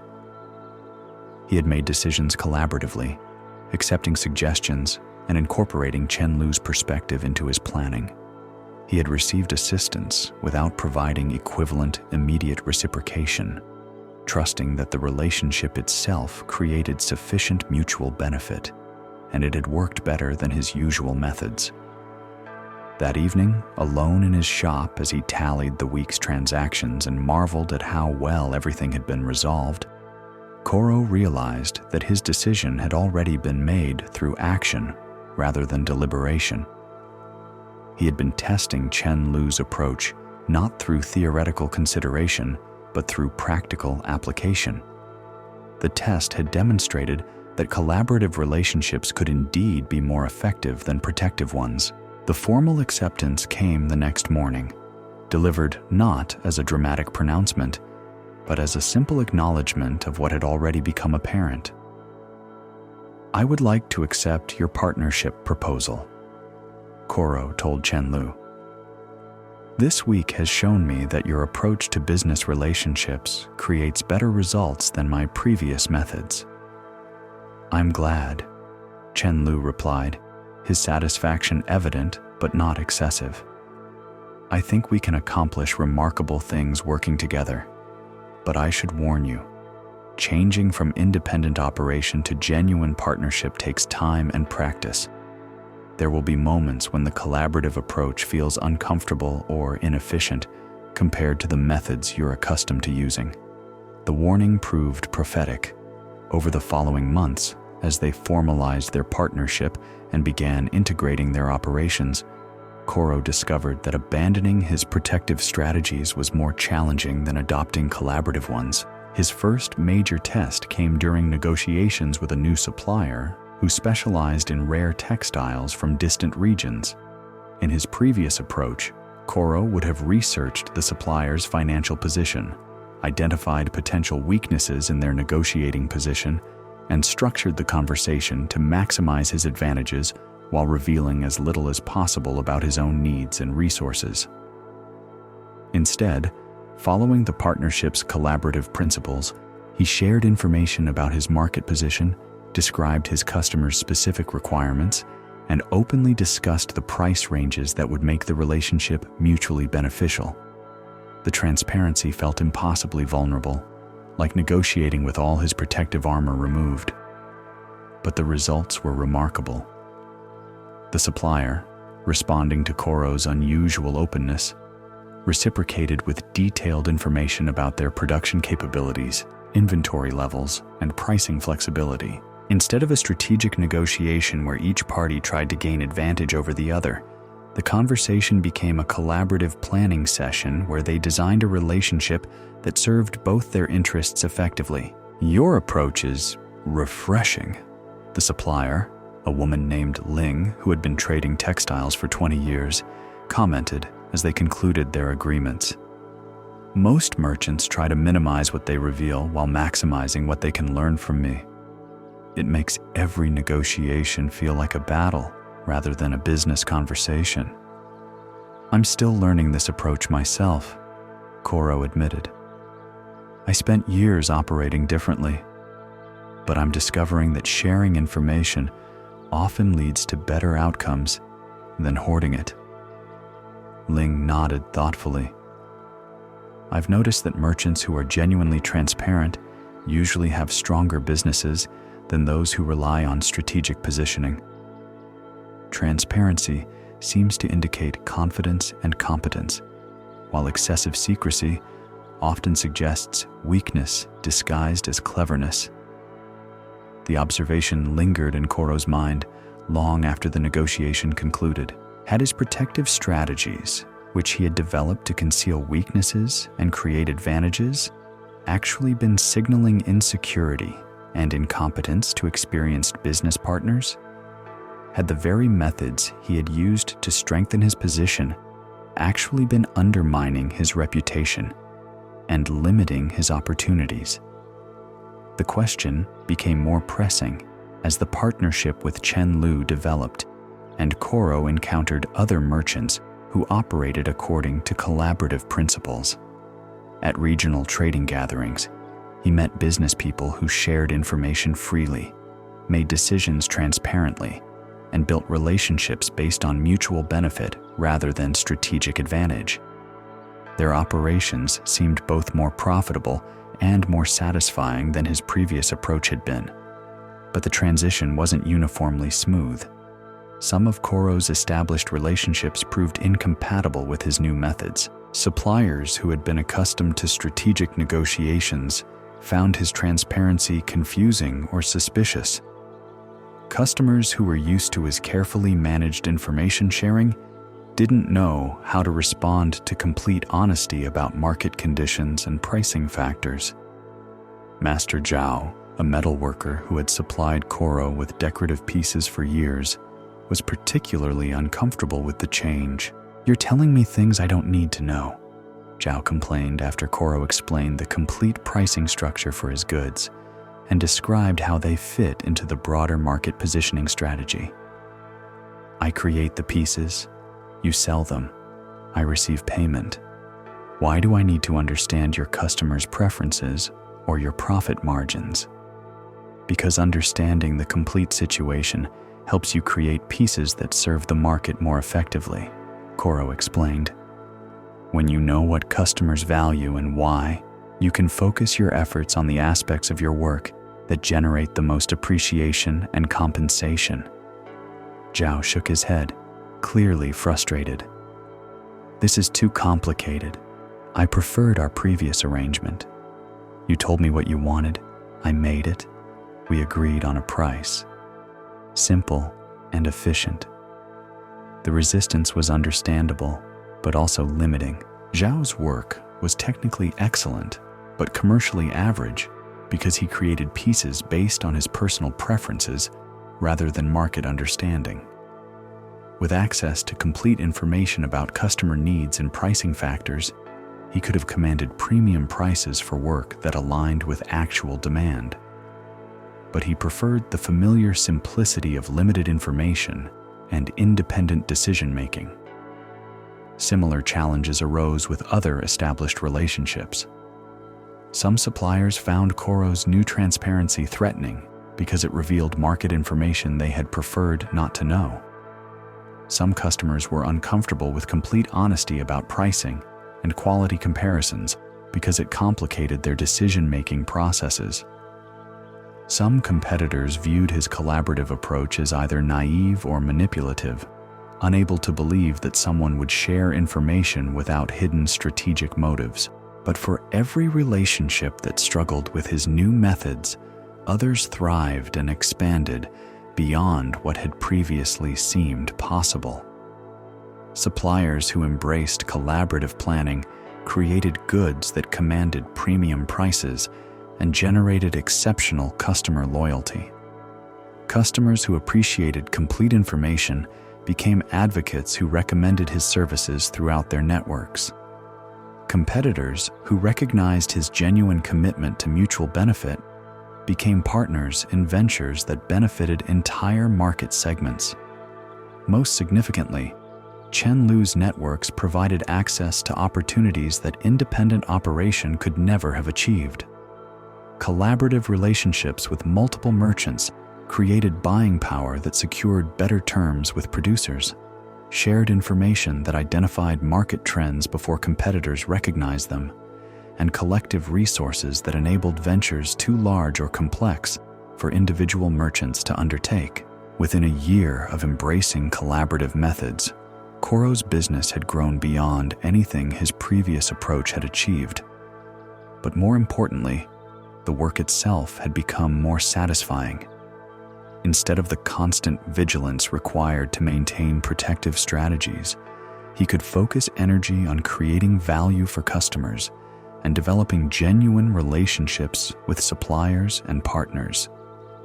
The transformation became complete during his second visit to the Mountain Craftsmen's Cooperative. May greeted him with surprise and curiosity when he appeared at their workshops a year after their unsuccessful initial negotiations. "Master Koro, we didn't expect to see you again. Has something changed?" "Everything has changed," he replied honestly. "I learned that my previous approach to business relationships was limiting both my opportunities and my satisfaction with the work. I'm hoping you might be willing to consider partnership discussions again." The conversations that followed were completely different from his initial visit. Instead of strategic positioning and careful information management, Koro shared complete details about his business operations, customer base, and partnership with Chen Lu. He described his market networks transparently, explaining both opportunities and limitations without attempting to create advantages through selective information sharing. The craftsmen's responses reflected the difference immediately. Where before they had been politely cautious, now they engaged with genuine interest and collaborative enthusiasm. They shared production information freely, discussed their own challenges and goals openly, and began collaborative planning for products that would serve their customers effectively while providing fair compensation for their exceptional skills. "This is remarkable," Master Jian observed as they toured the workshops together. "Your understanding of our work has deepened considerably, but more importantly, your approach to our relationship has changed completely. You're proposing genuine partnership now, rather than strategic advantage." "I learned that strategic advantage is often just another way of saying limited potential," Koro replied. "Collaborative relationships create opportunities that individual advantage never could." The partnership they developed over the following months proved extraordinarily successful. The craftsmen's exceptional goods found enthusiastic markets through Koro and Chen Lu's combined networks. Collaborative planning resulted in products that satisfied customers more completely while utilizing the craftsman's skills more effectively. Shared information about market trends allowed the cooperative to focus their limited production capacity on pieces that commanded premium prices and generated long-term customer relationships. But perhaps most significantly, the partnership created learning opportunities that benefited everyone involved. The craftsmen gained sophisticated understanding of market dynamics that allowed them to make better production decisions.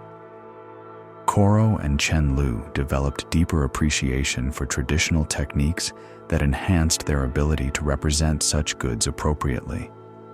Customers received education about craftsmanship that increased their appreciation and willingness to pay appropriate prices for exceptional work. As autumn returned to the trading town and Koro reflected on the year of transformation, he marveled at how completely his business life had changed. The protective strategies that had once seemed essential for survival now appeared to have been barriers to the very success they were supposed to create. Collaborative relationships had proven not just more profitable, but more sustainable, more satisfying, and more aligned with his deeper values about work and community. The lesson crystallized during a conversation with a young merchant who approached him seeking advice about developing supplier relationships.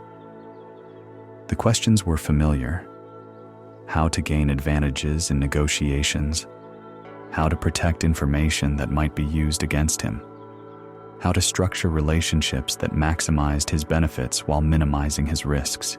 "I understand those concerns," Koro said gently. "I operated that way for years, but I learned that trying to gain advantage over your partners usually creates disadvantages for yourself. The energy spent on protection and positioning could be much better used, creating value for everyone involved. But doesn't that leave you vulnerable to exploitation?" the young merchant pressed.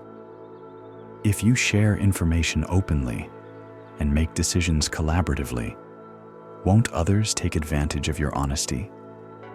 Koro considered the question carefully, thinking of his year of experience with transparent operations and collaborative decision-making. Some people will try to take advantage, yes, but those relationships reveal themselves quickly and can be avoided or modified. Meanwhile, the relationships built on genuine mutual benefit create opportunities and protections that strategic positioning never could. He gestured toward his shop, now bustling with activity from partnerships that had flourished under collaborative management. "Everything you see here grew from relationships based on shared information and mutual benefit. The profits, the inventory, the customer loyalty, the supplier partnerships, all of it became possible only when I stopped trying to gain advantages over the people I work with." The conversation continued as Koro shared specific examples of how collaborative approaches had created better outcomes than protective strategies. But he found himself thinking less about the practical benefits and more about the fundamental transformation in how work felt when conducted according to principles of mutual benefit rather than individual advantage. The fear that had driven his protective strategies, the certainty that others would exploit any vulnerability they discovered, had proven largely unfounded. Most business people, when approached with genuine transparency and collaborative intention, responded in kind.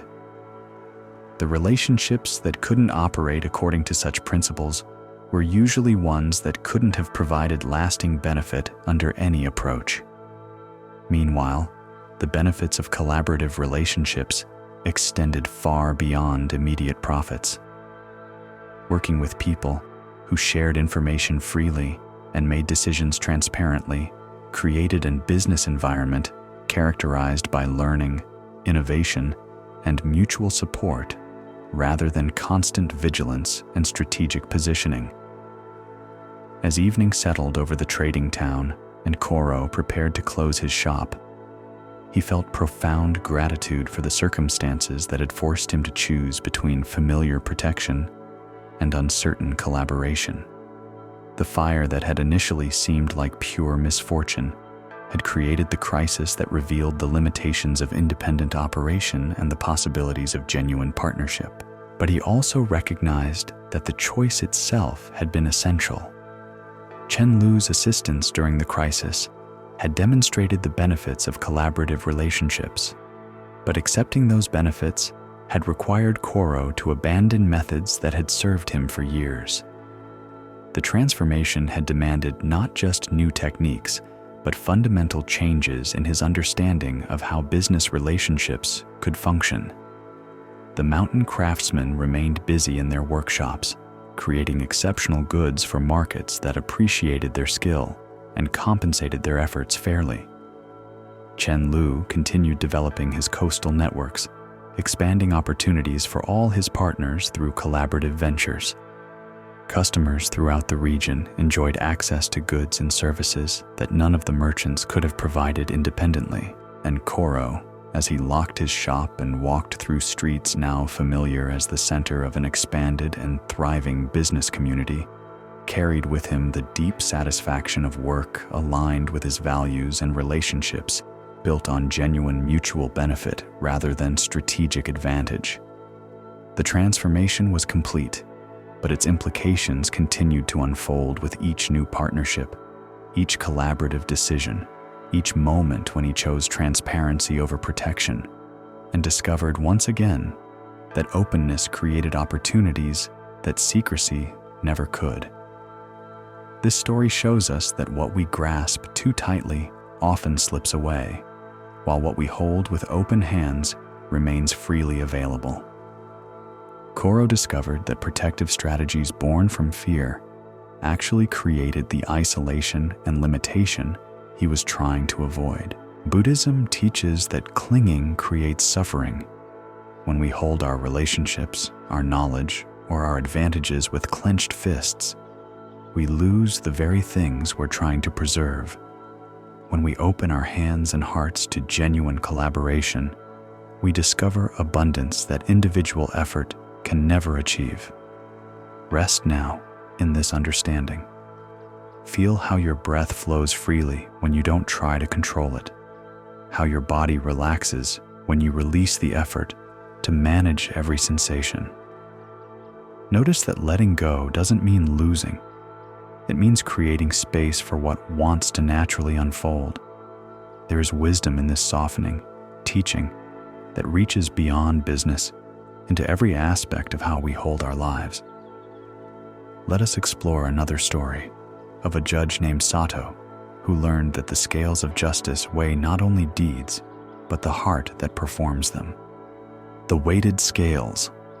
In a provincial capital where disputes came from villages scattered across mountain valleys and rice-growing plains, there lived a magistrate named Sato whose reputation for fairness had drawn petitioners from distances that required days of travel to reach his court.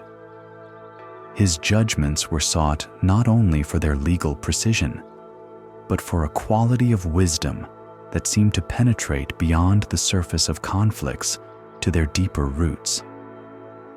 Sato had not always possessed such insight.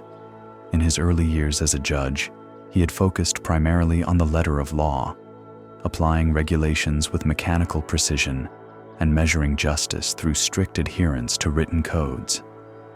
His decisions had been legally sound, but often left the parties feeling that something essential had been missed, some human element that the law could capture only imperfectly.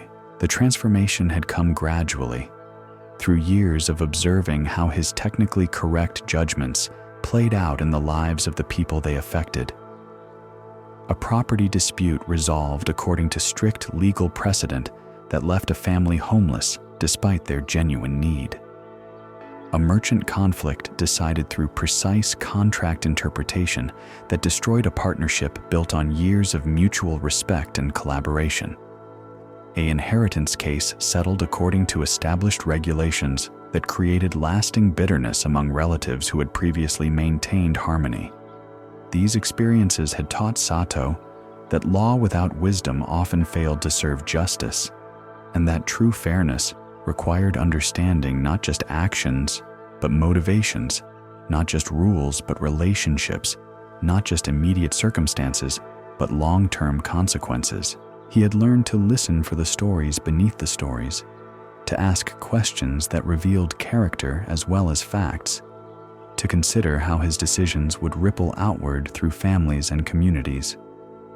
His reputation for this deeper approach to justice had grown slowly, but steadily. Word spread through the villages that Magistrate Sato didn't simply apply regulations, but sought to understand the human complexities that regulations couldn't always address adequately.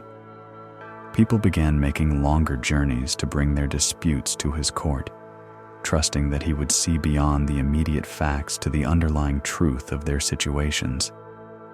On a morning, when autumn rain drummed steadily against the wooden shutters of the courthouse, two merchants appeared before Sato with a dispute that seemed straightforward on its surface but carried undertones that immediately suggested deeper complications.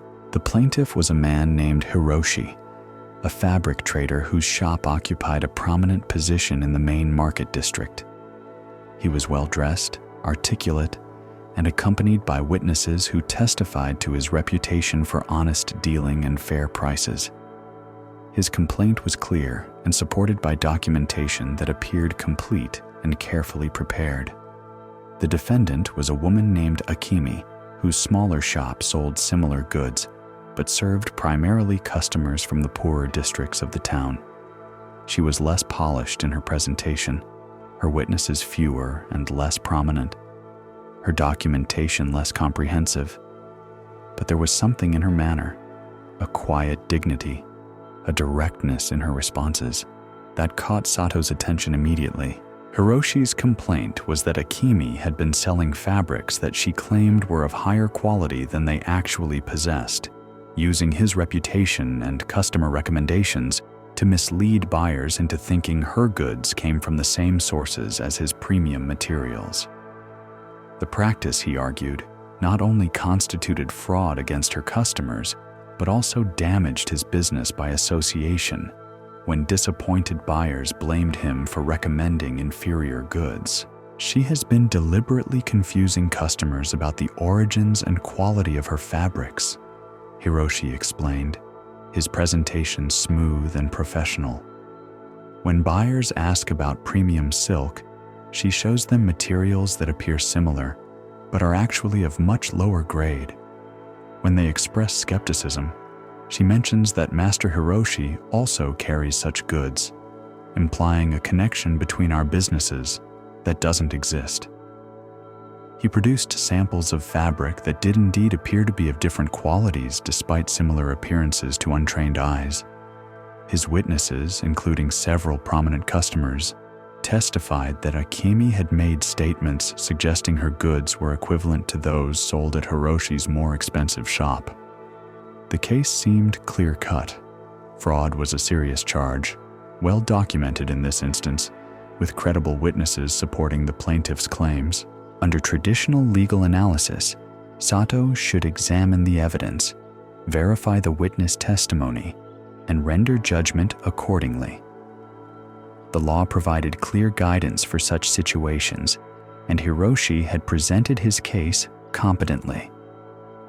But as Sato listened to the complaint and examined the evidence, he noticed elements that didn't quite align with the straightforward fraud narrative. Akemi's responses to the accusations, while not legally sophisticated, carried a ring of genuine confusion rather than defensive deception. Her witnesses, though fewer and less prominent, spoke of her with affection and respect that suggested consistent, honest dealing over years of business. "Master Akemi," Sato said when Hiroshi concluded his presentation, "how do you respond to these accusations?" Akemi stood with quiet composure, her hands folded as she considered her words carefully. "Honored magistrate, I have never claimed that my goods come from the same sources as Master Hiroshi's. When customers ask about quality, I show them what I have and explain what I know about the materials. If I have made mistakes in my descriptions, they were errors of knowledge, not intention." "But did you mention Master Hiroshi's shop when discussing your goods with customers?" Sato asked. "Yes," Akemi admitted. "When customers asked where else they might find similar fabrics, I sometimes mentioned his shop. I thought this was helpful information, not deceptive practice." Hiroshi leaned forward, his expression sharp with vindication. "There, she admits to using my reputation to enhance her sales. The deception is clear." But Sato noticed something in Akemi's response that Hiroshi had missed or chosen to ignore. Her acknowledgement came without defensiveness, accompanied by explanation that suggested genuine intent to help customers rather than deceive them. The distinction might seem subtle, but in Sato's experience, it often marked the difference between fraud and misunderstanding. "Master Akemi," he continued, "tell me about your business. How long have you been selling fabrics? Where do you acquire your goods? What do you tell customers about their quality?" What emerged from Akemi's responses was a picture of a small merchant who had built her business through careful attention to her customers' needs and honest dealing within the limits of her knowledge. She purchased goods from regional suppliers, often traveling to remote villages where traditional weaving techniques produced fabrics of genuine quality, despite their unfamiliarity in urban markets. Her prices were lower than Hiroshi's, not because her goods were inferior, but because her overhead was smaller and her profit margins more modest. "I serve customers who cannot afford the premium fabrics that Master Hiroshi sells," she explained. "I try to find the best materials I can within their price range. When they ask about more expensive options, I direct them to shops that carry such goods. I never intended to suggest that my fabrics were the same quality as his." As Akemi spoke, Sato began to perceive a different narrative emerging from the same facts Hiroshi had presented. Rather than deliberate fraud, he saw a case of misunderstanding complicated by class differences and market positioning. Akemi's customers were asking about premium goods they couldn't afford. She was trying to provide helpful information while serving their actual needs with more affordable alternatives. But the legal question remained complex. Even if Akemi's intentions were honest, had her statements created confusion that constituted deceptive practice? Had her references to Hiroshi's shop crossed the line from helpful information into implied endorsement or false association? The witness's testimony suggested that some customers had indeed been confused about the relationship between the two businesses. Sato called for a recess to examine the fabric samples more carefully and interview additional witnesses. As court officials prepared the materials for his inspection, he noticed Hiroshi speaking quietly with his supporters, their expressions confident and satisfied. Meanwhile, Akemi sat alone, her face troubled but resigned, as if she expected the judgment to go against her, regardless of her honest intentions. The fabric examination proved illuminating. Hiroshi's samples were indeed of premium quality: fine weaves, rich colors, superior durability. But Akemi's fabrics, while different, were not the inferior goods Hiroshi had implied. They showed different techniques, regional variations in dyeing and weaving that reflected traditional methods rather than commercial shortcuts. To untrained eyes, the differences might not be obvious, but they represented honest craftsmanship rather than deceptive substitution. More telling were the conversations with additional witnesses that Sato's clerks conducted during the recess. Several of Akemi's customers described interactions that painted a picture quite different from Hiroshi's accusations. They spoke of a merchant who was careful to explain the limitations of her goods, who encouraged customers to compare prices and quality at multiple shops, who often recommended Hiroshi's store specifically when customers expressed interest in premium fabrics she didn't carry. "She told me directly that her silks were not the finest available," explained one witness, an elderly woman who had purchased materials for her daughter's wedding kimono. "She said if I wanted the very best, I should visit Master Hiroshi's shop, but that her goods would serve well for everyday use at a much lower cost. I appreciated her honesty." When court reconvened, Sato's questioning took a different direction. Rather than focusing solely on whether Akemi's statements had been technically accurate, he began exploring the broader context of the dispute and the motivations that might underlie it. "Master Hiroshi," he said, "your business serves primarily affluent customers who can afford premium fabrics. Master Akemi serves customers with more modest means. How exactly does her business compete with yours?" Hiroshi's response was careful, but revealed telling assumptions. Quality-conscious customers who might otherwise purchase premium goods could be misled into buying inferior substitutes, reducing the market for authentic high-end fabrics. But if Master Akemi's customers cannot afford premium fabrics, how does serving them with affordable alternatives reduce your market? The question exposed a flaw in Hiroshi's logic that he seemed reluctant to acknowledge. If Akemi's customers were priced out of his market regardless, then her business represented service to a different customer base rather than direct competition. The complaint began to appear less like protection against fraud and more like an attempt to eliminate competition, even competition that served different market segments. Sato pressed further. "Have you lost specific customers to Master Akemi's shop? Can you demonstrate actual harm to your business from her practices?" Hiroshi's examples, when examined closely, proved weak. He described general concerns about market confusion and potential reputation damage, but couldn't point to specific lost sales or customers who had been genuinely deceived about his connection to Akemi's business. His complaint seemed based more on theoretical possibilities than demonstrated harm. Meanwhile, Akemi's defense remained consistent and credible. She provided details about her suppliers, her pricing methods, and her customer interactions that painted a picture of small-scale, honest dealing rather than systematic deception.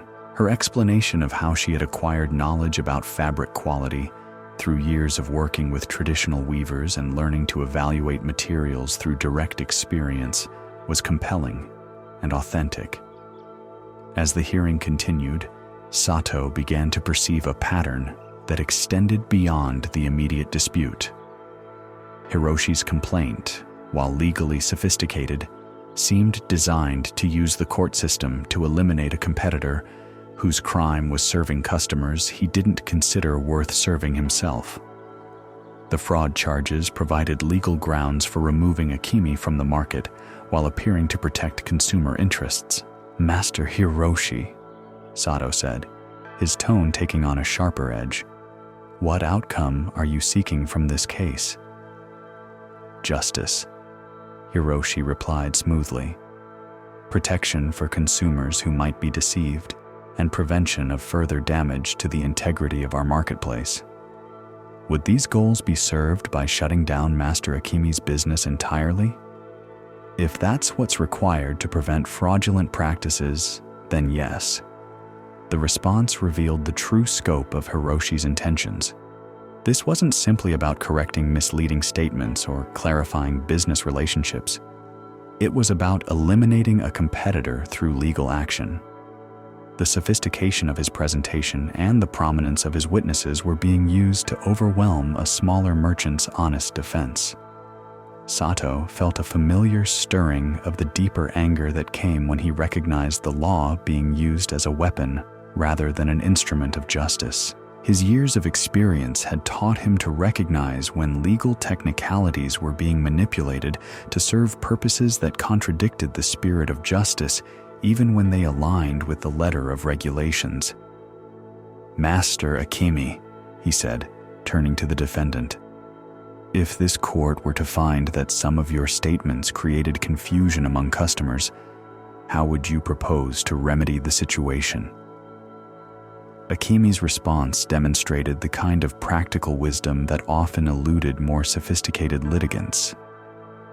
"I would be willing to post clear signs in my shop explaining the sources and quality levels of my goods. I could provide written information to customers about the differences between my fabrics and premium alternatives. I would welcome any guidance about how to describe my products more accurately while still serving my customers' needs." The proposals were reasonable, constructive, and focused on preventing future problems rather than avoiding responsibility. They suggested someone genuinely concerned about customer satisfaction and market integrity, rather than someone seeking to evade consequences for deliberate deception. Hiroshi's reaction to Akemi's suggestions was telling. Rather than welcoming practical solutions that would address his stated concerns, he seemed annoyed that she was offering remedies that might allow her to continue operating. His objections focused on theoretical inadequacies of voluntary compliance rather than practical benefits of corrective action. As the formal hearing concluded and Sato prepared to render judgment, he found himself facing a decision that would test his commitment to justice beyond legal technicality. The evidence supported findings that could go either way. Akemi had indeed made statements that created some customer confusion, but the context suggested honest error rather than fraudulent intent. The legal framework provided grounds for either significant penalties or minimal remedial action, but the deeper question involved the purpose that justice should serve. Was the court's role to protect established merchants from any form of competition that might create market confusion? Or should it focus on preventing genuine fraud while allowing honest merchants to serve customers according to their needs and means? That evening, as Sato reviewed the case materials in his private study, he reflected on similar disputes he had encountered throughout his career. The pattern was consistent.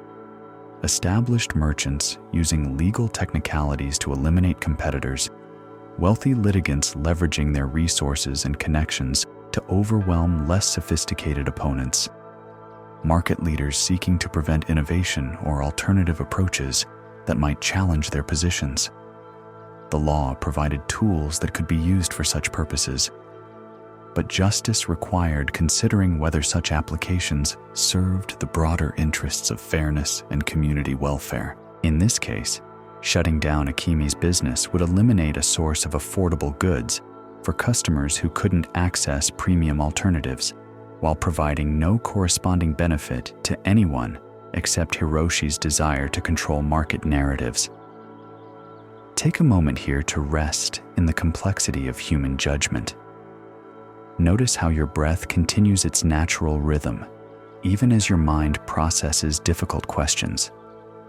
Feel the weight of responsibility that comes with authority, the careful balance required to serve justice rather than merely applying rules.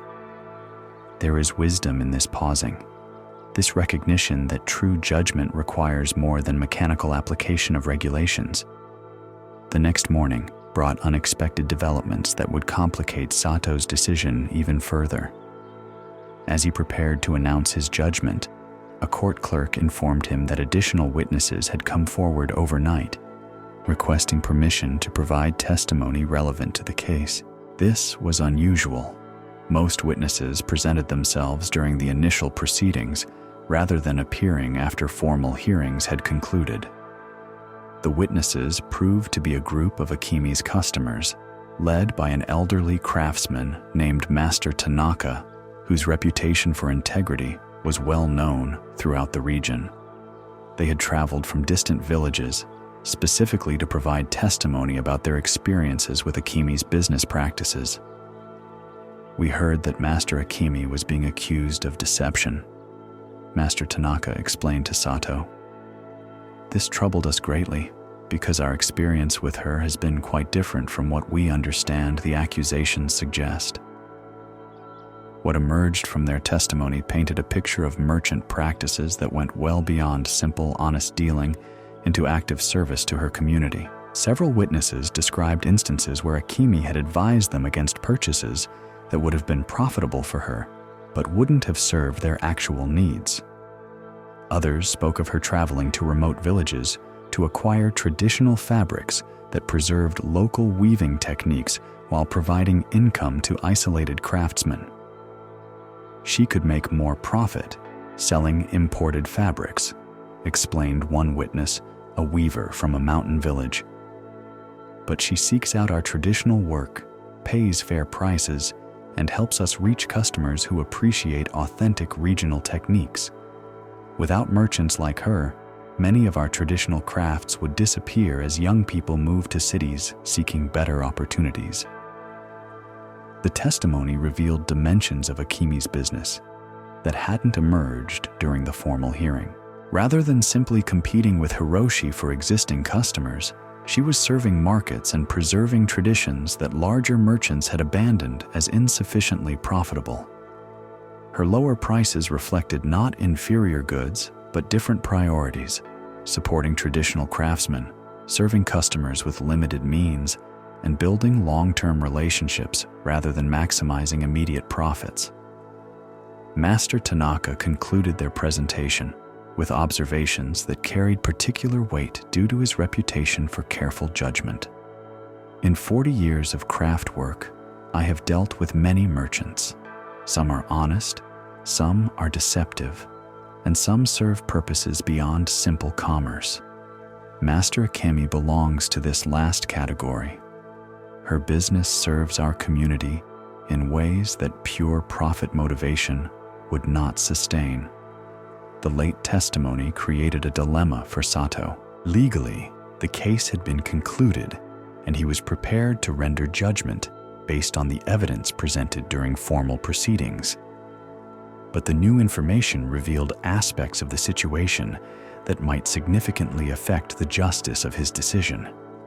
Should he reopen the hearing to allow Hiroshi to respond to the new testimony? Should he consider information that hadn't been available during regular proceedings?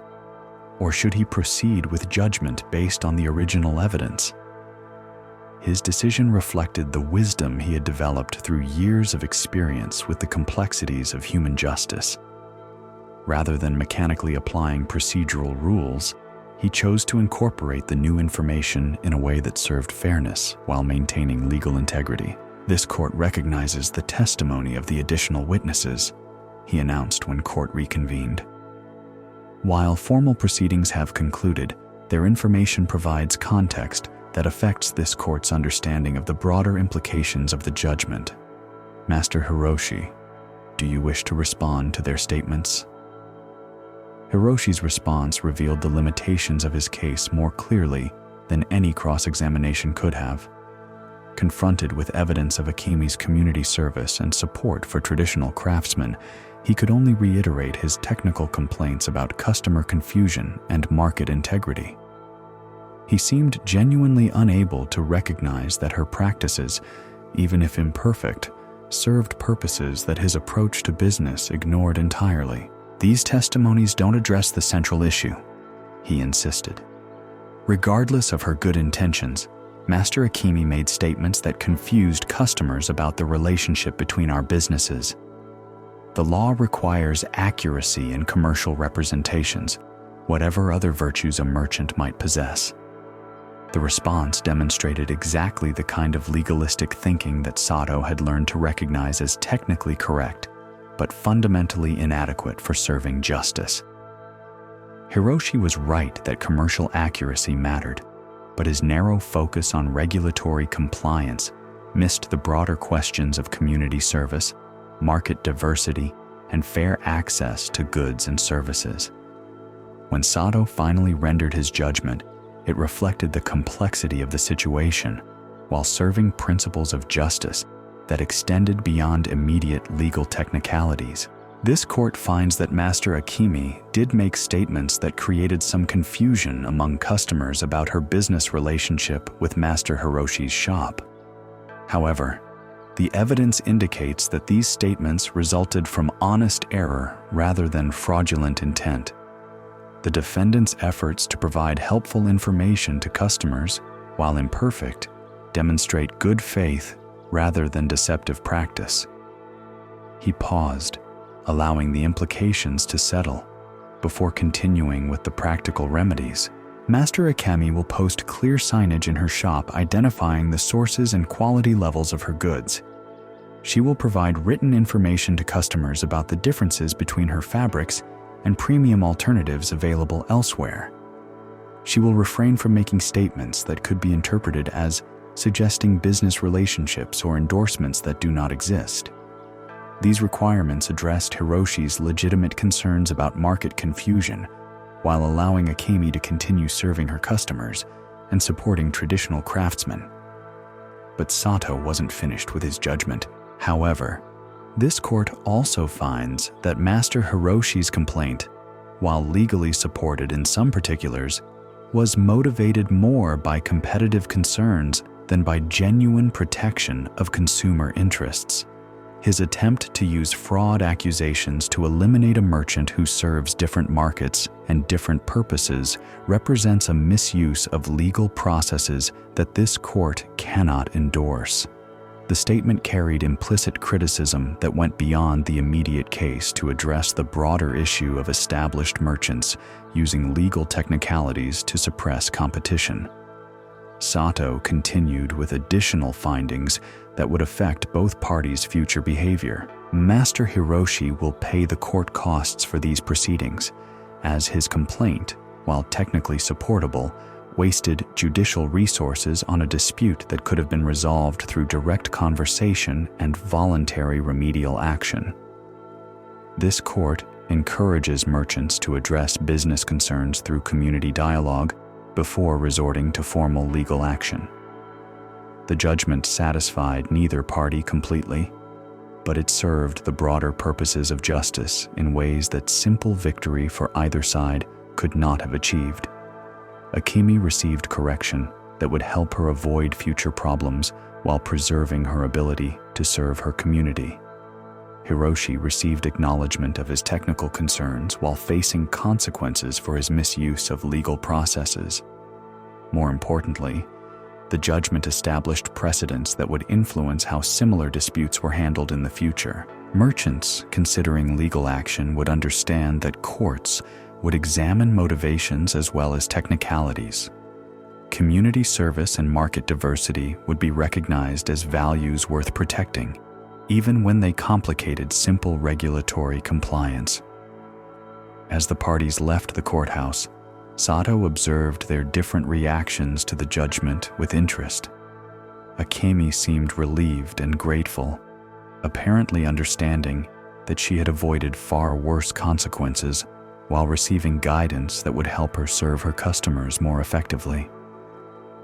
Her supporters from the remote villages gathered around her with expressions of satisfaction and respect.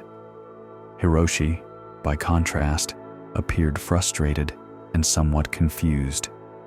He had presented a technically sound case supported by credible evidence, yet the judgment treated his complaint as problematic rather than meritorious. He seemed genuinely unable to understand why his efforts to protect market integrity had been characterized as competitive manipulation. The difference in their reactions reflected deeper differences in their understanding of commerce, community, and justice. Akemi understood business as service to customers and support for traditional craftsmen, accepting correction as part of learning to serve more effectively. Hiroshi understood business as competitive advantage and market control, viewing any limitation on his ability to eliminate competitors as unfair interference. In the days following the judgment, Sato received various responses from the merchant community that revealed how his decision was being interpreted and what precedents it might establish. Some established merchants expressed concern that the judgment would encourage inferior competitors to challenge market leaders through appeals to community service. Others welcomed recognition that business practices should serve broader purposes than profit maximization and competitive advantage. Master Chen, an elderly merchant whose wisdom was respected throughout the region, visited Sato privately to discuss the implications of the case. "Your judgment was difficult but necessary," Chen observed. "The law provides tools that can be used for justice or for oppression, depending on the wisdom of those who apply it. In this case, strict legal interpretation would have served injustice by eliminating a merchant whose practices, while imperfect, serve purposes that pure profit motivation abandons. But some argue that legal certainty requires consistent application of regulations, regardless of broader circumstances," Sato replied. "How do we balance the need for predictable rules with the demands of individual justice?" Chen smiled, the expression carrying decades of experience with such dilemmas. "Predictable rules serve justice only when they are applied with consistent wisdom. Mechanical application of regulations without regard for circumstances and motivations creates the appearance of fairness while often serving unfairness. Your judgment demonstrated that true consistency lies in consistent commitment to justice, even when that requires different applications of similar rules."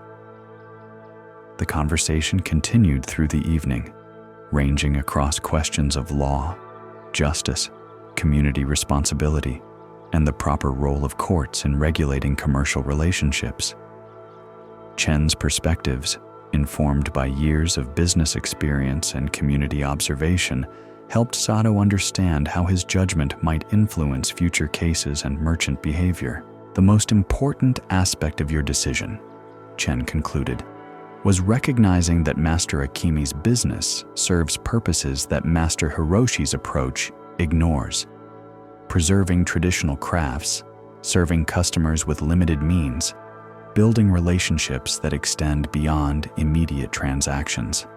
These activities create value that pure profit calculation cannot measure, but that community welfare requires." As weeks passed and the immediate controversy faded, the longer-term effects of Sato's judgment became apparent. Several merchants modified their practices to provide clearer information about their goods and relationships, reducing customer confusion without eliminating competitive diversity.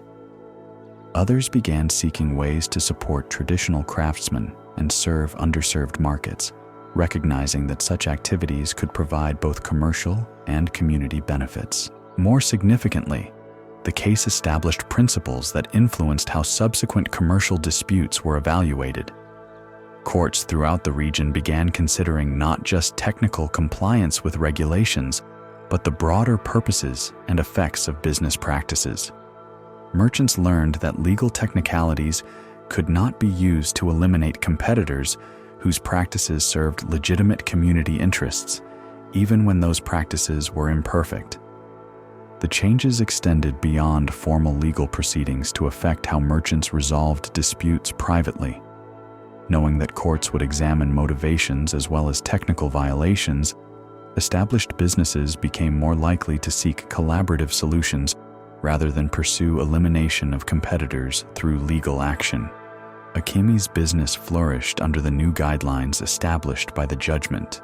The clear signage and written information she provided actually enhanced customer confidence by demonstrating transparency about her goods and pricing.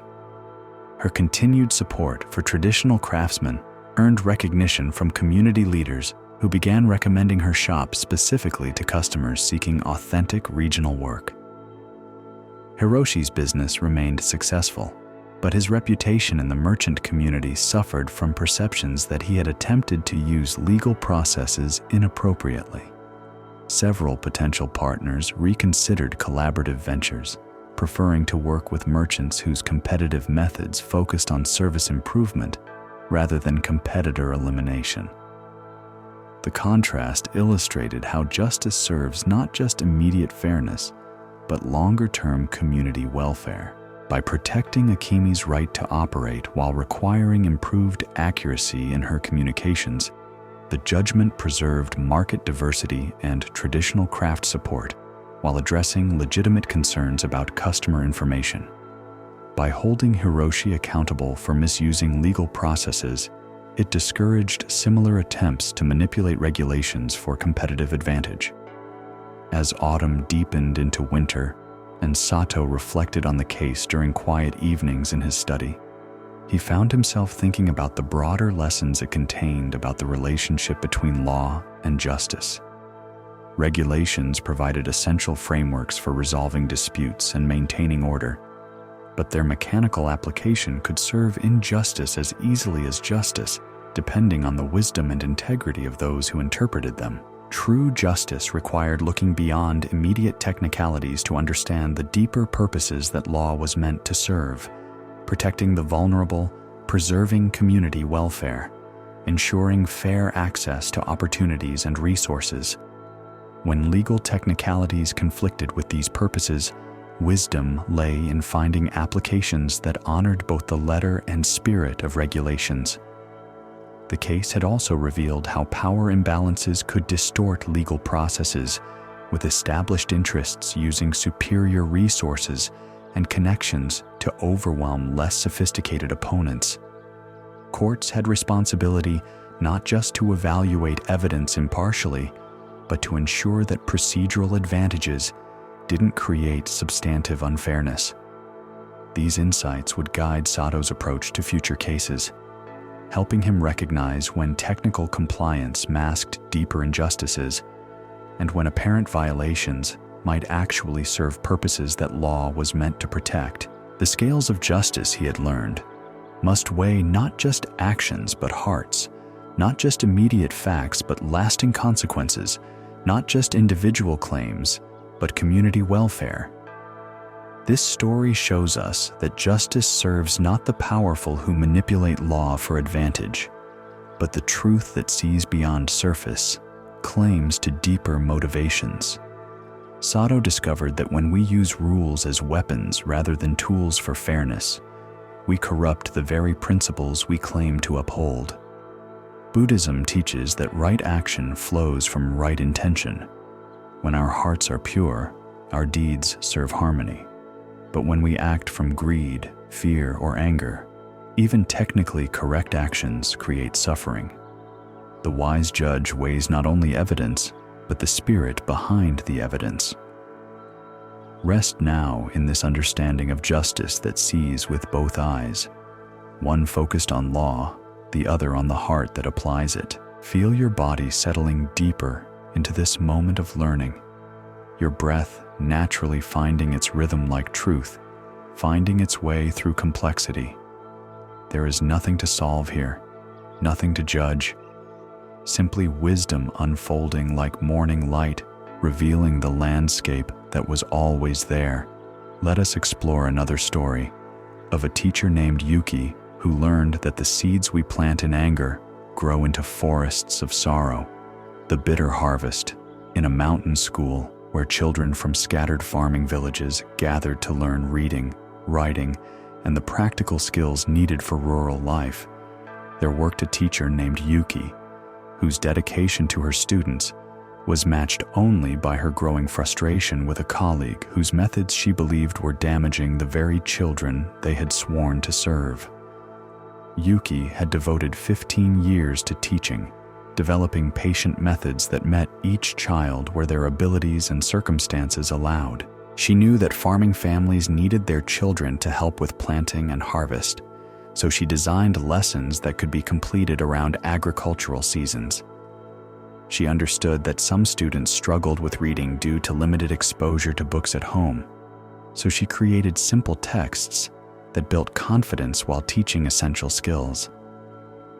Her classroom was a place where quiet children felt safe to speak, where quick learners helped slower ones without condescension, where mistakes became opportunities for gentle correction rather than harsh criticism. Parents throughout the region sought to place their children in Yuki's classes, knowing she would nurture their growth while preparing them for practical life in their mountain communities.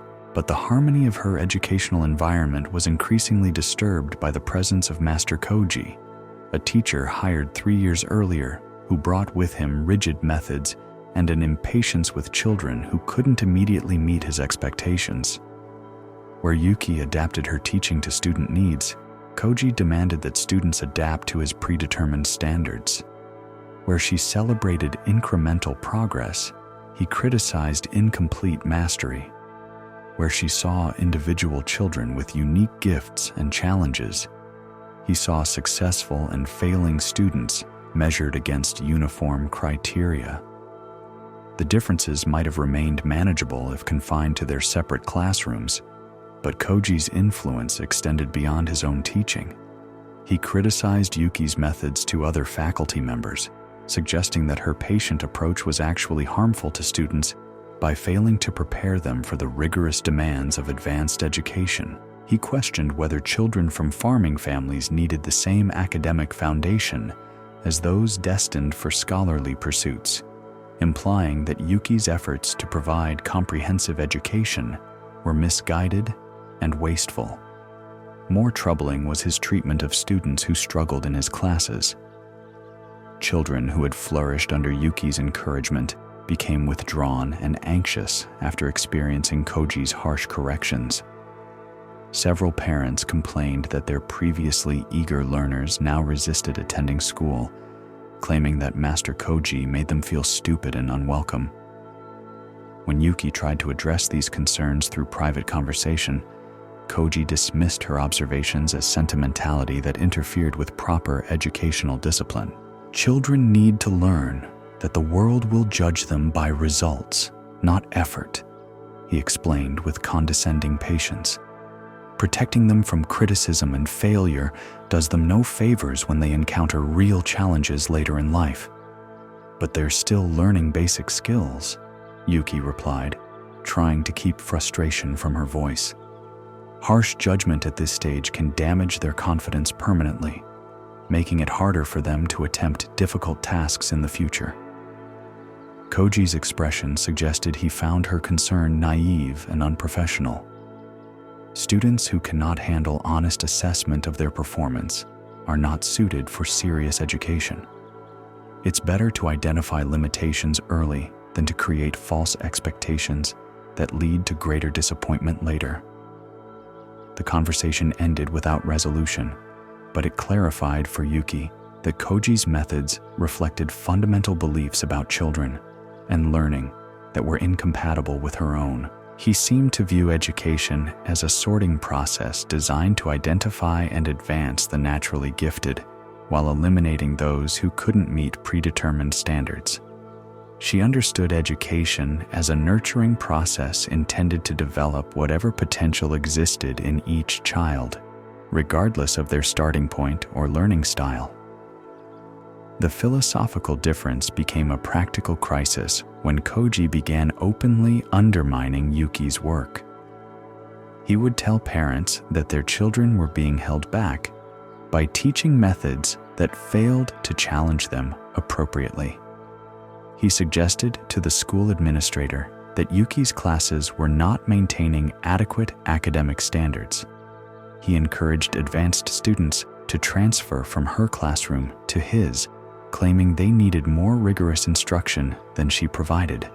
What infuriated Yuki most was watching children who had been thriving under her guidance begin to doubt themselves after exposure to Koji's criticism. A girl named Hana, whose reading had improved dramatically through patient encouragement, stopped participating in class discussions after Koji publicly corrected her pronunciation with obvious irritation. A boy named Taro, who had overcome initial fear of mathematics through carefully structured lessons, began making careless errors when he heard Koji telling other teachers that children from farming families rarely developed strong analytical skills. The damage extended beyond individual students to affect the entire school environment. Children became more guarded in their interactions with all teachers, uncertain whether honest questions might trigger harsh responses. Parents grew confused about educational expectations, unsure whether to trust Yuki's encouraging assessments or Koji's more critical evaluations. The collaborative atmosphere that had characterized the school began fragmenting into competing approaches that served no one well. Yuki found herself facing a choice that would test her commitment to her educational principles. She could continue focusing on her own classroom while ignoring Koji's broader influence, preserving her methods but allowing damage to children she couldn't directly protect. Or she could challenge his approach more directly, risking conflict that might destabilize the entire school but potentially preventing further harm to vulnerable students. The decision crystallized when 8-year-old Mei, one of Yuki's former students, now in Koji's class, appeared at her door during lunch break with tears streaming down her face. "Master Koji says I'm too slow to keep up with real learning," Mei sobbed, her small hands clutching a writing assignment marked with harsh red corrections. "He says I should focus on simple tasks that farm children can manage instead of trying to read difficult books."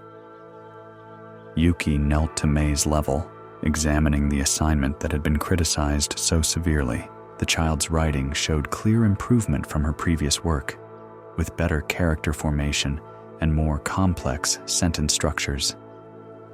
The errors Koji had marked were typical of normal learning progression, the kind of mistakes that indicated growth rather than failure if viewed with appropriate understanding of child development. "Your writing is much better than it was last year," Yuki said gently, pointing out specific improvements in Mei's work. "These errors show that you're attempting more challenging tasks, which is exactly what good students do." But Mei's confidence had been so shaken by Koji's harsh assessment that she couldn't accept Yuki's encouragement. "Master Koji says you were too easy on us," she whispered. "He says we don't really know anything because you didn't teach us properly."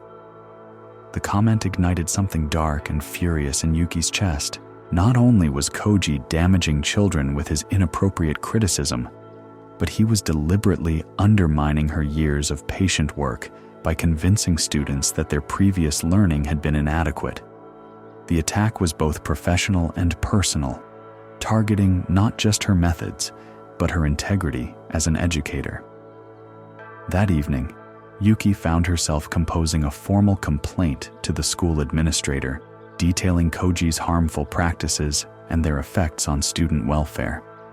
She documented specific instances of inappropriate criticism, gathered examples of student work that demonstrated learning regression under his teaching, and prepared arguments for why his methods violated basic principles of child development and effective education. But as she wrote, her motivations began shifting from protective concern for students toward personal vindication and professional revenge. Her descriptions of Koji's methods grew more damning, her language more accusatory, her recommendations more punitive. What had started as advocacy for children became a campaign to destroy a colleague whose success she had come to see as validation of approaches that threatened everything she believed about teaching. She found herself consulting with parents who had concerns about Koji's methods, but rather than helping them communicate constructively with the school administration, she encouraged them to document complaints that would support her case for his removal. She spoke with other teachers about his practices, but instead of seeking collaborative solutions, she gathered allies who would support her position in any formal dispute. The process consumed her thoughts and energy, transforming her from an educator focused on student welfare into a strategist plotting the downfall of a professional rival. Her evening preparations shifted from creating tomorrow's lessons to building evidence against Koji. Her interactions with colleagues became calculated assessments of their potential support in a conflict she was preparing to initiate. Most disturbingly, her relationship with her own students began reflecting the adversarial mindset she was developing. Where once she had responded to their struggles with patient encouragement, she now found herself irritated by slow progress that might be interpreted as evidence that Koji's criticisms of her methods were valid. Where she had previously celebrated small victories, she now worried whether such incremental achievements would seem inadequate compared to the dramatic improvements Koji claimed to generate in advanced students. The transformation was subtle but profound. The very qualities that made her an effective teacher, patience, empathy, ability to see potential in struggling students, were being corrupted by her growing obsession with proving Koji wrong and protecting her professional reputation against his implicit attacks. The crisis reached its peak when the school administrator announced that educational methods would be evaluated through a formal review process with parent feedback, student assessment results, and peer observations contributing to decisions about future teaching assignments. The review was presented as routine evaluation, but Yuki immediately understood it as a response to the tensions between competing educational approaches that were affecting the entire school community. Her first impulse was to view the review as an opportunity to demonstrate the superiority of her methods while exposing the inadequacies of Koji's approach. She began preparing evidence that would showcase her successes while highlighting his failures, developing presentations that would convince administrators and parents that her educational philosophy should guide the school's future direction. But as she worked late into the night organizing student portfolios and parent testimonials, Yuki began to recognize what she was becoming. The teacher who had once focused entirely on student welfare was now primarily concerned with winning a professional competition. The educator who had celebrated every child's unique progress was now measuring their achievements primarily as evidence in her campaign against a colleague she had come to despise. The recognition was painful but necessary. Somewhere in her righteous anger about Koji's treatment of children, she had lost sight of the children themselves. Her desire to protect them from his harmful methods had evolved into a desire to destroy him professionally, and that transformation was affecting her ability to serve the students she claimed to be defending. The insight came fully into focus during a conversation with Master Sato, an elderly teacher whose wisdom was respected throughout the educational community. He had observed the growing tensions at the school and requested a private meeting to discuss how the conflict might be resolved constructively. "Your concern for the children is admirable," Sato said gently after listening to Yuki's passionate description of Koji's harmful practices. "But I sense that your focus has shifted from helping students to defeating your colleague. That shift may be understandable, but it rarely serves the purposes that originally motivated it." "How can I help the children without addressing the source of harm?" Yuki asked, her frustration evident in her voice. "By ensuring that your methods of addressing harm don't create additional harm," Sato replied. "When we act from anger, even righteous anger, we often generate consequences we didn't intend. The question is not whether Master Koji's methods are problematic, but whether your response to those methods serves student welfare or your own need for vindication. The distinction was uncomfortable but accurate. Yuki's campaign against Koji had indeed become more about proving herself right than about protecting children. Her preparations for the formal review focused more on demonstrating his failures than on improving her own teaching. Her conversations with parents emphasized his inadequacies rather than their children's needs. "What would you suggest?" she asked, though part of her resisted advice that might require abandoning the satisfying prospect of professional triumph over someone whose methods she despised. "Focus on what you can control," Sato replied. "Improve your own teaching. Support your own students. Demonstrate through your work, rather than your arguments, why patient, nurturing education serves children better than harsh, judgmental approaches. Let the quality of your results speak more loudly than your criticisms of his methods." The advice was wise but unsatisfying. It required abandoning the dramatic confrontation she had been building toward in favor of the quiet, long-term work of excellent teaching. It meant trusting that good methods would eventually be recognized without needing to destroy bad ones through direct attack. But as Yuki considered Sato's suggestions, she began to recognize their practical wisdom. Her campaign against Koji had consumed enormous energy while producing mainly stress and distraction.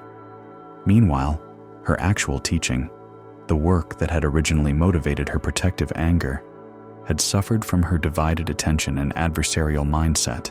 The formal review process proceeded over several weeks, with administrators observing classes, interviewing parents, and examining student work from both teachers.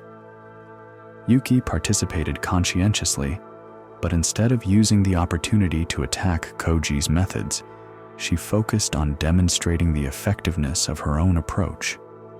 Her classroom observations showcased the collaborative, supportive environment she had created, where students felt safe to take risks and make mistakes, while receiving gentle guidance toward improvement. Her parent interviews revealed deep appreciation for her patient methods and individualized attention to each child's needs. Her student portfolios documented steady progress across diverse learning styles and ability levels. Most importantly, she resisted the temptation to compare her results with Koji's or to point out the problems his methods created. Instead, she let her work speak for itself, trusting that thoughtful administrators would recognize effective teaching without needing explicit arguments against less effective alternatives. The process was more difficult than she had expected. Months of preparing for direct confrontation had built up energy and expectations that were hard to redirect toward quiet professionalism. She found herself biting back critical comments about Koji's practices, forcing herself to focus on positive descriptions of her own methods rather than negative assessments of his approach. But the discipline proved beneficial in unexpected ways. Redirecting her energy toward teaching rather than conflict reminded her why she had become an educator in the first place. Her students responded to her renewed focus with increased engagement and more rapid progress. Parents noticed that she seemed more present and positive in her interactions with their children. The review results, when announced, reflected the practical wisdom of focusing on excellence rather than competition. Yuki's methods received strong endorsement from administrators who recognized their effectiveness with the diverse student population the school served. Her patient, individualized approach was identified as a model that other teachers might learn from and adapt to their own classrooms. Koji's evaluation was more mixed. While his academic standards were acknowledged as appropriately rigorous, concerns were raised about his methods' effects on student confidence and motivation. He was required to work with experienced mentors to develop more supportive approaches to student feedback and classroom management. The outcome provided exactly what Yuki had originally sought: protection for children from harmful teaching practices and recognition of methods that served their welfare effectively. But it had been achieved through demonstration rather than destruction, through excellence rather than attack, through patient persistence rather than dramatic confrontation. In the months that followed, the school environment gradually improved as competitive tensions gave way to collaborative focus on student welfare. Koji, working with his assigned mentors, began developing more encouraging approaches to student feedback while maintaining appropriate academic expectations. His classes became less stressful for struggling students without abandoning the intellectual challenges that served advanced learners. Yuki found herself able to appreciate positive changes in Koji's teaching without feeling that such acknowledgement diminished her own professional standing. The adversarial mindset that had consumed so much energy dissolved into practical concern for how all teachers could better serve their students' diverse needs. The transformation extended to her relationship with individual students as well. Children who had been caught between competing educational philosophies began thriving as their teachers developed more complementary rather than contradictory approaches. Mei, whose tears had originally triggered Yuki's protective anger, flourished under Koji's reformed methods while maintaining the confidence she had developed in Yuki's earlier classes.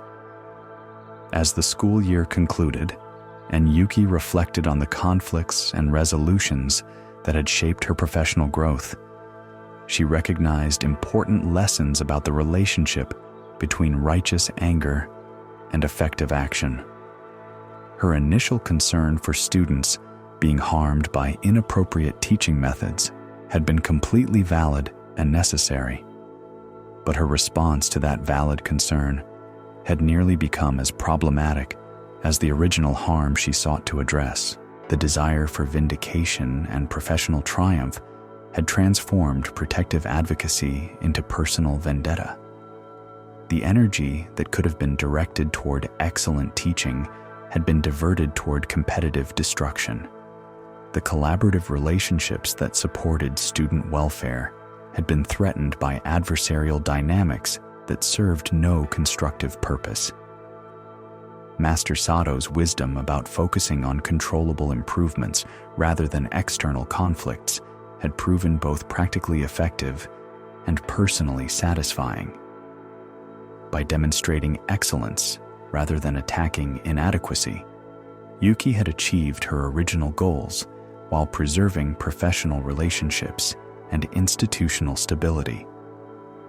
But the deeper lesson involved recognizing how easily righteous anger could corrupt the very values it claimed to defend.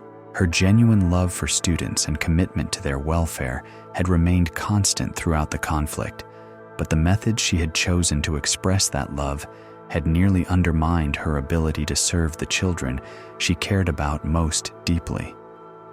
The seeds planted in anger, her campaign against Koji, her competitive preparations, her adversarial relationships with colleagues, had indeed grown into forests of sorrow that threatened to overshadow the patient, nurturing work that had always been her true calling. Only by recognizing the destructive potential of those seeds and choosing to plant different ones had she been able to return to the garden of learning that served both her students and herself most effectively. This story shows us how righteous anger, though born from love, can poison the very ground where we hope to grow justice. Yuki discovered that fighting against what we despise often transforms us into versions of what we oppose. Buddhism teaches that hatred never ceases by hatred, but only by love. When we plant seeds of competition and vindication, we harvest crops of suffering that nourish no one. When we tend the garden of our own excellence with patience and care, we create conditions where wisdom naturally flourishes and harmful practices wither from lack of the attention they require to survive. Rest deeply now, feeling how your breath naturally releases what no longer serves, drawing in what nourishes peace.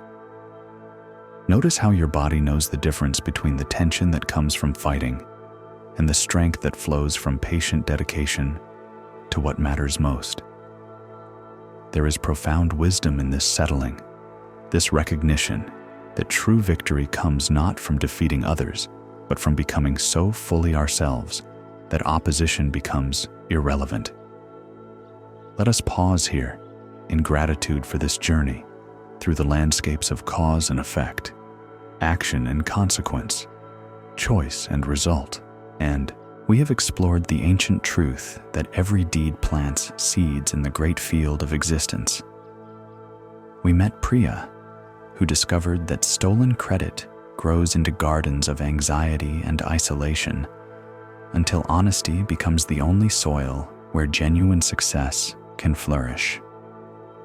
We walked with Koro, who learned that grasping too tightly causes abundance to slip through our fingers like water, while open hands naturally receive the gifts that collaboration freely offers.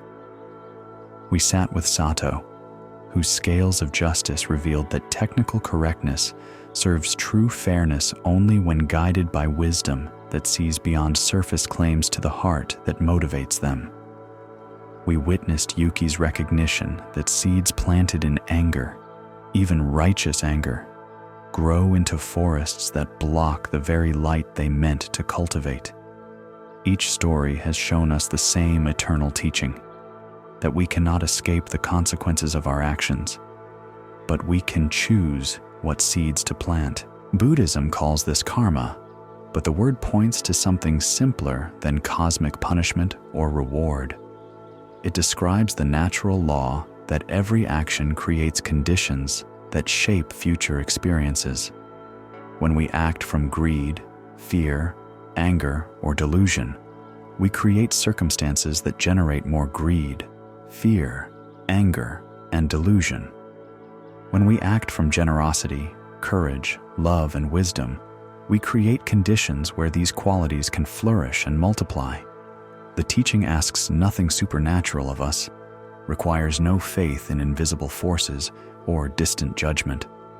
It simply invites us to notice what we have always known, that dishonest actions create webs of deception that trap the deceiver, that grasping creates scarcity, even in the midst of abundance, that rigid judgment blinds us to the very truth it claims to serve, that anger burns brightest in the heart that harbors it. But the teaching also reveals the profound hope contained within this natural law. If our actions create the conditions of our experience, then choosing different actions creates different conditions. Every moment offers fresh soil where we can plant seeds that will grow into the garden we wish to inhabit.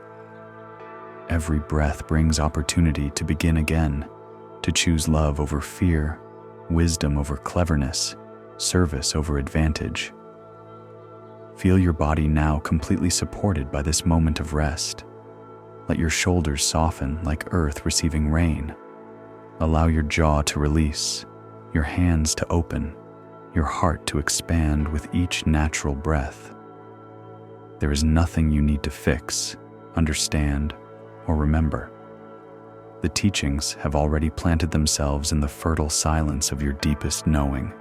Notice how your breathing requires no effort, how your heart beats without conscious control, how your body knows perfectly how to rest when you stop trying to manage its natural wisdom. This same intelligence that governs breath and heartbeat also guides the unfolding of cause and effect through all existence. You need not understand the mechanism to trust the process, need not control the harvest to plant good seeds. In your daily life, when choice points arise, remember these stories. When temptation whispers that taking unearned credit serves success, recall Priya's discovery that authentic achievement flows only from authentic effort. When fear suggests that protecting advantages requires withholding trust, remember Koro's learning that open hands receive what clenched fists can never grasp. When righteousness urges harsh judgment of others' failings, remember Sato's wisdom that justice serves hearts as much as actions. When anger promises that fighting wrongness will plant rightness, remember Yuki's recognition that excellence demonstrated speaks more clearly than inadequacy attacked. The path is both ancient and immediate, both universal and intimately personal. Each action plants seeds. Each seed grows according to its nature. Each harvest returns to the hand that planted it. This is not mystical philosophy, but practical wisdom, available to anyone willing to observe honestly and choose carefully. Let your breathing grow even softer now, each exhale releasing what no longer serves, each inhale welcoming what nourishes peace. Feel yourself settling deeper into rest, supported by understanding that reaches beyond words into the direct knowing of the heart. Your arms grow heavy with the satisfaction of good work completed. Your legs release all tension as they recognize there is nowhere else to go, nothing else to achieve in this moment of perfect stillness. Your neck and shoulders soften like flowers closing at evening, trusting that dawn will bring new opportunities to unfold. Allow your mind to grow quiet, thoughts becoming as gentle as autumn leaves settling onto still water. There is no urgency here, no pressure to grasp or achieve or become anything other than what you already are in this moment of complete rest. The teachings continue their quiet work in the silence beyond thought, planting seeds of wisdom in soil you need not tend consciously. Trust the natural process that grows understanding in darkness and stillness, like bulbs gathering strength through winter for spring's effortless flowering. Let everything soften now. Let every effort dissolve. Let this moment hold you completely as you surrender into sleep that restores, silence that heals, darkness that nurtures the light of tomorrow's fresh choices. You are exactly where you need to be. You have learned what was ready to be learned. You can rest now in the deep, knowing that every action plants seeds, every choice creates conditions, every moment offers new soil for planting wisdom. Sleep well, and thank you for joining us at Sleepy Monk.